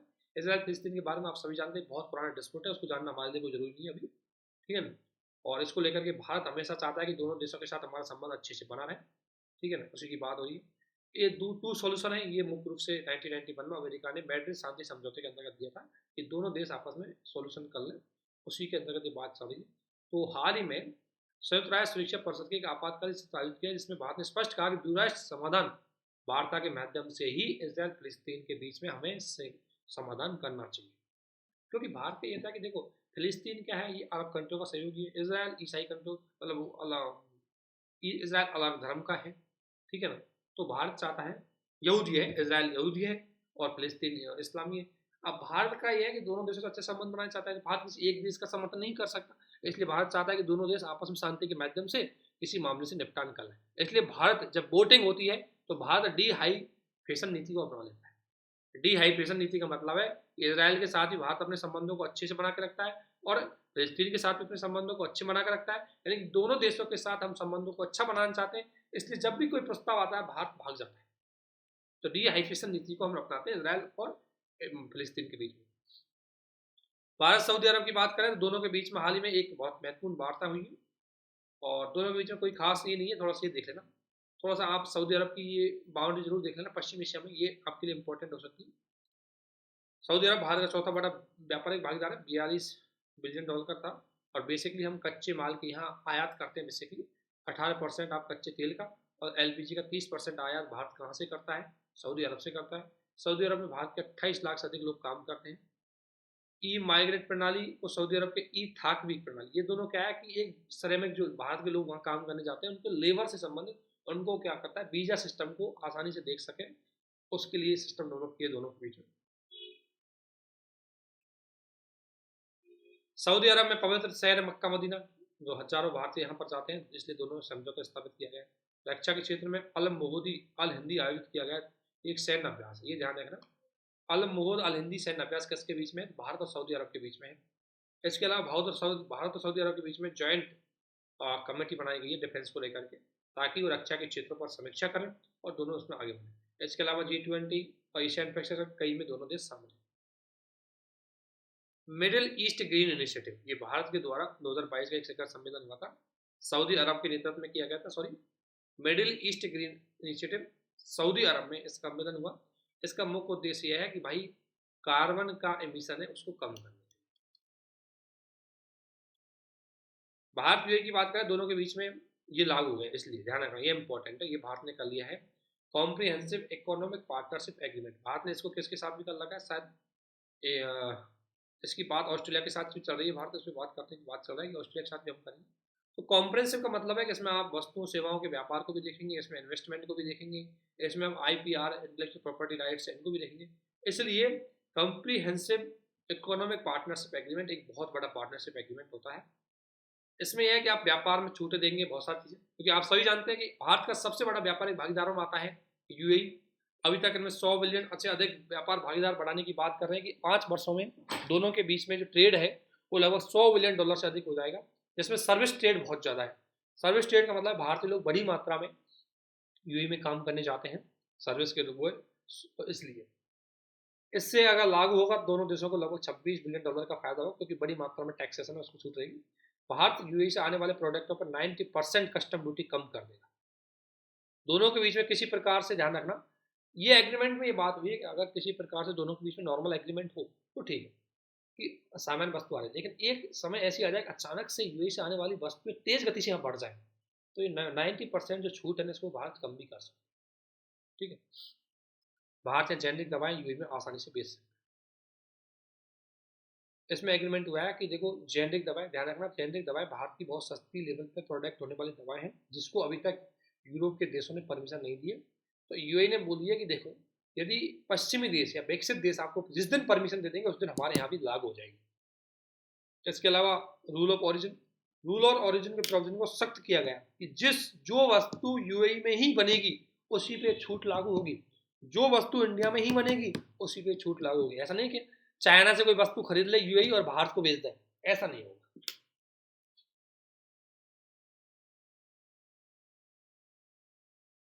थोड़ा सा देख लो, एक तो मैपिंग जरूर देख लेना यूएई की, बॉर्डर बाउंड्री देख लेना, पड़ोसी देश देख लेना। तीसरा सबसे बड़ा भागीदार है डेजर्ट ईगल नाम से एक नियमित सैन्य अभ्यास होता है दोनों के बीच में। भारतीय प्रवासियों की संख्या लगभग 35 लाख है, बहुत ज़्यादा है यहाँ पर। और यूएई में देखें तो यूएई से बड़ी मात्रा में भारत को रेमिटेंस मिलता है, कि लोग कमा के पैसा भेजते हैं। इसरो द्वारा यूएई के साथ पहला सैटेलाइट नैनो सैटेलाइट लॉन्च किया गया है। ठीक है, इसके अलावा भीम UPI ये भी यहाँ पर चलते हैं। भीम यूपीआई आप जानते हैं भूटान नेपाल में भी चलता है, यहाँ पर भी चलता है। और इसके अलावा दोनों संयुक्त राज्य दोनों यूएनए में, विश्व व्यापार संगठन में भी आपस में सहयोग है। एक है भारत, इजराइल, संयुक्त राज्य अमेरिका, और ये आई टू तो आप जानती हो। आई टू में यानी इंडिया, इजराइल, और यू तो मतलब सऊदी अरब और यूएस, यूनाइटेड यूएई, यूएई और यूएसए, इन दोनों को ध्यान रखना, 4 सदस्य। इसको पश्चिम का क्वाड भी बोलते हैं, ठीक है ना। बेसिकली ये चाइना, भारत को लेकर के इसमें कई बात की जाती है, कहीं ना कहीं यूएसए चाहता है कि वो ईरान को यहाँ पर बैलेंस कर सके, इसलिए ईरान के द्वारा, यूएसए के द्वारा इसको बनाया गया। तो इसकी अभी बैठक हुई है। अब्राहम समझौता ध्यान रखना, अब्राहम समझौता मुख्य रूप से बहुत लंबे समय से इसराइल और फिलिस्तीन के बीच में एक डिस्प्यूट हो रहा था। अब फिलिस्तीन का समर्थन सारे अरब कंट्री कर रहे थे, तो सारे अरब कंट्रियों में यूएई, सऊदी अरब, लेकिन इन्होंने एक सोच सोची यार कि इसराइल इतना डेवलपमेंट हो चुका है और इसराइल से यदि हमें टेक्नोलॉजी सपोर्ट चाहिए, यदि हमें, क्योंकि इसराइल, हम तो आज तक किस पे डिपेंड है, केवल तेलों पे, और दुनिया तेलों को छोड़कर रिन्यूएबल एनर्जी पे जा रही है। तो हमारी इकोनॉमी को डाइवर्सिटी करने के लिए हमें टेक्नोलॉजिकल सपोर्ट चाहिए, और वो कहाँ से मिलेगा, इसराइल से। इसलिए छोड़ो फिलिस्तीन का मुद्दा जाए भाड़ में, हमें क्या करना है, इसराइल से संबंध बनाना है। इसलिए अरब कंट्रियों के द्वारा इसराइल से संबंध बढ़ाने ले गए हैं, पहली बार ऐसा हुआ है, और वो एग्रीमेंट है अब्राहम एग्रीमेंट। इसके अंतर्गत सऊदी, यूएई, बहरीन और इसराइल, इन तीनों के बीच में एग्रीमेंट हुआ है, यूएसए ने एग्रीमेंट करवाया है। और ये यूएसए की बहुत बड़ी अचीवमेंट है, क्योंकि यूएसए को बहुत बड़ी दिक्कत आ रही थी। यूएसए सऊदी अरब से भी संबंध बनाना चाहता था, यूएसए इसराइल से संबंध बनाना चाहता था, लेकिन फिलिस्तीन मुद्दे पे दोनों के डिस्प्यूट हो जाता था। इसी प्रकार से भारत के लिए भी अच्छी बात है, क्योंकि भारत के मामले में भी दोनों, भारत चाहता था कि दोनों के साथ हमारे संबंध बने रहे, इसलिए अब्राहम समझौता अच्छा है। अब्राहम समझौते में अरब कंट्रियों के द्वारा बोला गया कि हम इसराइल को मान्यता देते हैं। दूसरी ओर इसराइल कभी भी फिलिस्तीन पे अटैक नहीं करेगा, फिलिस्तीन को ज्यादा मतलब एक तरह से दबोचेगा नहीं, ये बात रही। ठीक है, पीछे अब्राहम बहुत नाम भी बहुत बड़ी मात्रा से लिया गया, क्योंकि ये नाम अरबी, यहूदी और इजराइल एक तरह से सभी के लिए यूज में होता है, इसलिए तो वही बात चल रही है। पश्चिम का कुआर दाना, ये ठीक है। एक है गल्फ कोऑपरेशन काउंसिल, भारत का व्यापार इसके साथ तेजी से बढ़ रहा है। गल्फ कोऑपरेशन काउंसिल मुख्य रूप से 6 देश आते हैं इसमें, उनका राजनीतिक आर्थिक संगठन है, और ये सदस्य देशों के बीच में समन्वय एकीकरण के लिए हुआ था। इसमें 6 देश, सऊदी अरब, एक तो के और ओ बी, ठीक है ना। तो you Saudi Arab, sorry S S, Saudi Arab, UAE, Kuwait, Qatar, Oman, Bahrain, इनकी बॉर्डर बाउंड्री जरूर देखना भाई, ये इंपॉर्टेंट है। पश्चिम एशिया में गल्फ ऑफ में भारत नहीं है, 1981 में इसका हुआ था। अगर इसकी बात करें तो भारत ने इन पूरे 6 देशों के साथ $154 बिलियन का हुआ है। अभी तक इनके साथ कोई फ्री ट्रेड एग्रीमेंट नहीं है। ऊर्जा भारत यहाँ बड़ी मात्रा से लेता है, भारत के लोग रेमिटेंस यहाँ से बड़ी मात्रा में लेते हैं, बड़ी मात्रा भारत के नारे यहाँ रहते हैं। ठीक है, जगह की बात का ध्यान रखना कि जगह, तुर्की का नाम बदल दिया, तुर्की का नाम कर दिया तुर्की, तो तुर्की बॉर्डर बाउंड्री जरूर पढ़ लेना भाई सभी, इसकी बाउंड्री जरूर देख लेना, कहाँ कहाँ पर इसकी बाउंड्री लगती है। सीरिया में डिस्प्यूट चल रहा है, इसकी जरूर देख लेना। वेस्ट बंग आपको जानते हैं इसराइल के पार्ट है। तो लाल सागर बाउंड्री आप देख लीजिए। लाल सागर में क्या है कि अमेरिका ने एक नई नौसैनिक अभ्यास मतलब नई समय का एक गठन किया गया, नौसैनिक टास्क फोर्स बनाई गई है, जिसका मुख्य उद्देश्य है कि लाल सागर में गश्ती लगाएगा, ताकि यहाँ एशिया और अफ्रीका के क्षेत्र हैं, यहाँ पर मुख्य रूप से शांति या उसमें अपना प्रभाव बनाए रहे। लाल सागर के बारे में जरूर देखना, लाल सागर की मैपिंग आपके लिए बहुत ज़्यादा इंपॉर्टेंट है। देखो, लाल सागर एक तो उष्णकटिबंधीय क्षेत्र में आता है, आप सभी जानते हैं। लाल सागर में ये देखो, लाल सागर को, ये है आपका लाल सागर। तो इधर तो इससे 2 देश लगते हैं, एक है आपका लाल सागर से सऊदी अरब, और एक है आपका ओमान। ठीक है, दूसरा इधर से आप में इसमें 4-5 कंट्री लगते हैं। इधर हो गया, ये आपका हो गया मिस्र, ये हो गया एथोपिया, ये होगा एरिट्रिया, और ये जिबूती। 4 देश इधर से लगते हैं इसमें। ठीक है, इसमें एक खास बात है कि रेड सी है, इस रेड सी को भूमध्य सागर से जोड़ने के लिए तो बनाई गई सुएज ने। इस रेड सी को अरब सागर से अलग करने वाली जो है वो है बाबा अल मुल्देन जल संधि। ये इसकी चीजें ध्यान रखना है, ठीक है ना। ये देखो उसमें कौन कौन से लगते हैं, इसमें ध्यान रखना। सॉरी मैंने गलत बोला, यमन यमन यमन, ओमान नहीं यमन। तो इससे लगता है मिस्र, सूडान, इरिट्रिया और जिबूती, ध्यान रखना, इरिट्रिया मैंने गलत बोला एक बार। ये देश इसमें शामिल लगते हैं। 4 देश तो अफ्रीका के हैं, 2 देश इसमें एशिया के हैं, जो इसके साथ सीमा लगाते हैं रेड सी के साथ। रेड सी में लवणता बहुत ज़्यादा है, और लाल सागर को विश्व सबसे बड़ा उष्णकटिबंधीय समुद्र है, और इसको वन्य जीव कोष के द्वारा 200 इको रीजन का एक भाग माना गया है इसको। वेस्ट बैंक आप सभी जानते हैं फिलिस्तीन का एक क्षेत्र है जो मुख्य रूप से जॉर्डन के पश्चिम नदी पर पाया जाता है, लैंड लॉक एरिया है, ये इजराइल के साथ सीमा लगती है इसमें। इजराइल ने 1967 में इस पर कब्जा कर लिया, यदि फिलिस्तीन चाहता है कि इसमें उसका राज्य का हिस्सा बनेंगे। तो वेस्ट बैंक अभी वर्तमान में सिर्फ इजराइल का हिस्सा है, लेकिन हालांकि ये फिलिस्तीन का पार्ट था। नगाओ बाग ये ध्यान रखना, ये बहुत दिनों से डिस्प्यूटेबल चल रहा है दो देशों के बीच में, अजरबैजान और आर्मियन के बीच में चलने वाला एक डिस्प्यूटेबल जगह है। तुर्की का नाम बदल दिया है अभी, इसलिए तुर्की पे ध्यान रखना, अभी भूकंप भी बहुत बड़ी मात्रा में आया है, इसका नाम भी अभी बदल दिया है। तुर्की एक यूरोप का भी हिस्सा है और एशिया का भी हिस्सा है। यूरोप में इसका थ्रेस वाला पार्ट आता है और एशिया में इसका अनातोलिया वाला पार्ट आता है। ये अनातोलिया का पठार का भाग है, निम्न पहाड़ी क्षेत्र है। इसमें ध्यान रखना बहुत सारी जल संधि है, बॉस्फोर और मसमरा एक जल संधि है, बॉस्फोर जो मरमरा और इंसानों को अलग करती है। तुर्की जल जमरे का हिस्सा है। एक बार इसकी ज्योग्राफी जरूर देखो, जाना गूगल पे तुर्की डालना, उसकी पूरी मैपिंग को एक बार देख लेना। जॉर्डन की राजधानी अम्मान है और उर्वरकों की आपूर्ति करता है भारत को बड़ी मात्रा में, इसलिए लेकर एग्रीमेंट हुआ है। अल अकाबा जॉर्डन का एक बंदरगाह, ये इंपॉर्टेंट ध्यान रखना। अल अकाबा कहाँ है? जॉर्डन में। जॉर्डन अरब प्रायद्वीप का ही पार्ट है, ध्यान रखना। कतर की राजधानी दोहा, भारतीय उपराष्ट्रपति ने यात्रा की है यहाँ पर। और स्वतंत्र अमीरात फारसी घाटी पर पश्चिमी तट पर स्थित है। ये फारसी घाटी में पश्चिमी तट पर, जैसे कतर देखो दोहा है उसकी राजधानी, यहाँ पर एक दोहा सम्मेलन हुआ था, ये फारसी घाटी है, उसके पश्चिमी तट पर ये कतर। तो देखो यही इंपॉर्टेंट है, यही क्वेश्चन आएंगे यूपीएससी में। सीरिया दमिश्क की राजधानी है और यूएसए ने सीरिया पर मिलिशिया नियंत्रण इलाकों पर हवाई हमला किया है। तो मिलिशिया क्षेत्र कहाँ पर है? ये सीरिया में। गोलन हाइट्स है, ये सीरिया में है, लेकिन अभी इस पर कब्जा है इजराइल। तो बेसिकली दोस्तों ये ध्यान रखना, मैं थोड़ा जल्दी जा रहा हूँ, उसका मतलब ये नहीं, मैं आपको पॉइंट आउट कर रहा हूँ कि ये चीज़ें आपको पढ़नी है, बस इसमें समझाने वाली कुछ चीज़ें नहीं है। समझाने वाली होती है तो मैं समझाऊंगा आपको। अब जॉर्डन की जगह आपको बताना है, मेरा उद्देश्य है कि आपको बताना है क्या चीज़ें आपको ध्यान रखना है। क्वेश्चन की ट्रेंड ध्यान रखना, मैं फिर आपको बता रहा हूँ। एक तो लोकेशन का क्वेश्चन आएगा आपके, एक कोई रीजन आपके हाईलाइटेड होगा उसका आएगा, एक कोई डिक्लेरेशन, कोई एग्रीमेंट, कोई इंटरनेशनल ऑर्गेनाइजेशन, और दो देशों के बीच में क्या नए भारत में हो रखा है, ट्रेड में स्थिति क्या है, ये मुख्य रूप से आपसे पूछा जाएगा। तो अभी हमने जैसे यूएई के साथ कॉम्प्रिहेंसिव इकोनॉमिक पार्टनरशिप एग्रीमेंट किया है, तो वो थोड़ा सा याद रखना है। यही से क्वेश्चन आपके इस तरीके से बनेंगे। तो एक लगभग 40 पेज हमने खत्म कर दिए, 2 वीडियो में आई खत्म कर दूंगा, 2 या 1 वीडियो में, ज़्यादा बड़ी बात नहीं है, इसमें बहुत स्पीड से हम चलेंगे। तो हम आपको करवा देंगे PT 365, don't worry. Social issue को मैडम लेके आ जाएगी, उसको खत्म कर देगी, फिर मैं आपको इकोनॉमी और साइंस टेक करवाऊंगा। साइंस टेक बहुत अच्छे तरीके से आपको करवाई जाएगी, डोंट वरी। उसके बाद हम अपडेटेड करेंगे, तो करवा देंगे। आप बस ये है कि जिस तरीके से हम साथ में पढ़ा रहे हैं उसके साथ उसमें रिवीजन कर लो, क्योंकि हम भी साथ साथ ही इसको पढ़े जा रहे हैं। पीटी 365 का मेरा कहने वाला कम से कम 4-5 बार रिवीजन जरूर करके जाना, कम से कम 5 बार रिवीजन करके जाना, तभी जाकर के इसको यूज कर पाओगे, अदरवाइज यूज नहीं कर पाओगे। मैं फिर बता रहा हूँ, जरूरी नहीं है कि क्वेश्चन डायरेक्टली इससे आए। जैसे लाल सागर को लेकर क्वेश्चन कैसे भी आ सकता है, लेकिन मुझे यहाँ इन्फॉर्मेशन पता है कि लाल सागर की बेसिक थीम क्या है, ठीक है ना, तो मैं क्वेश्चन तक कर दूंगा।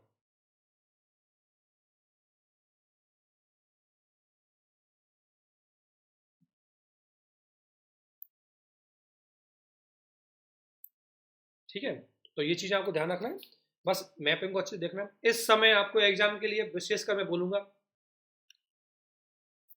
कि आप हमेशा इन 2-4 चीज़ों को जरूर ध्यान रखें। तो आप सभी को हमारे साथ बने रहने के लिए बहुत बहुत धन्यवाद, थैंक यू।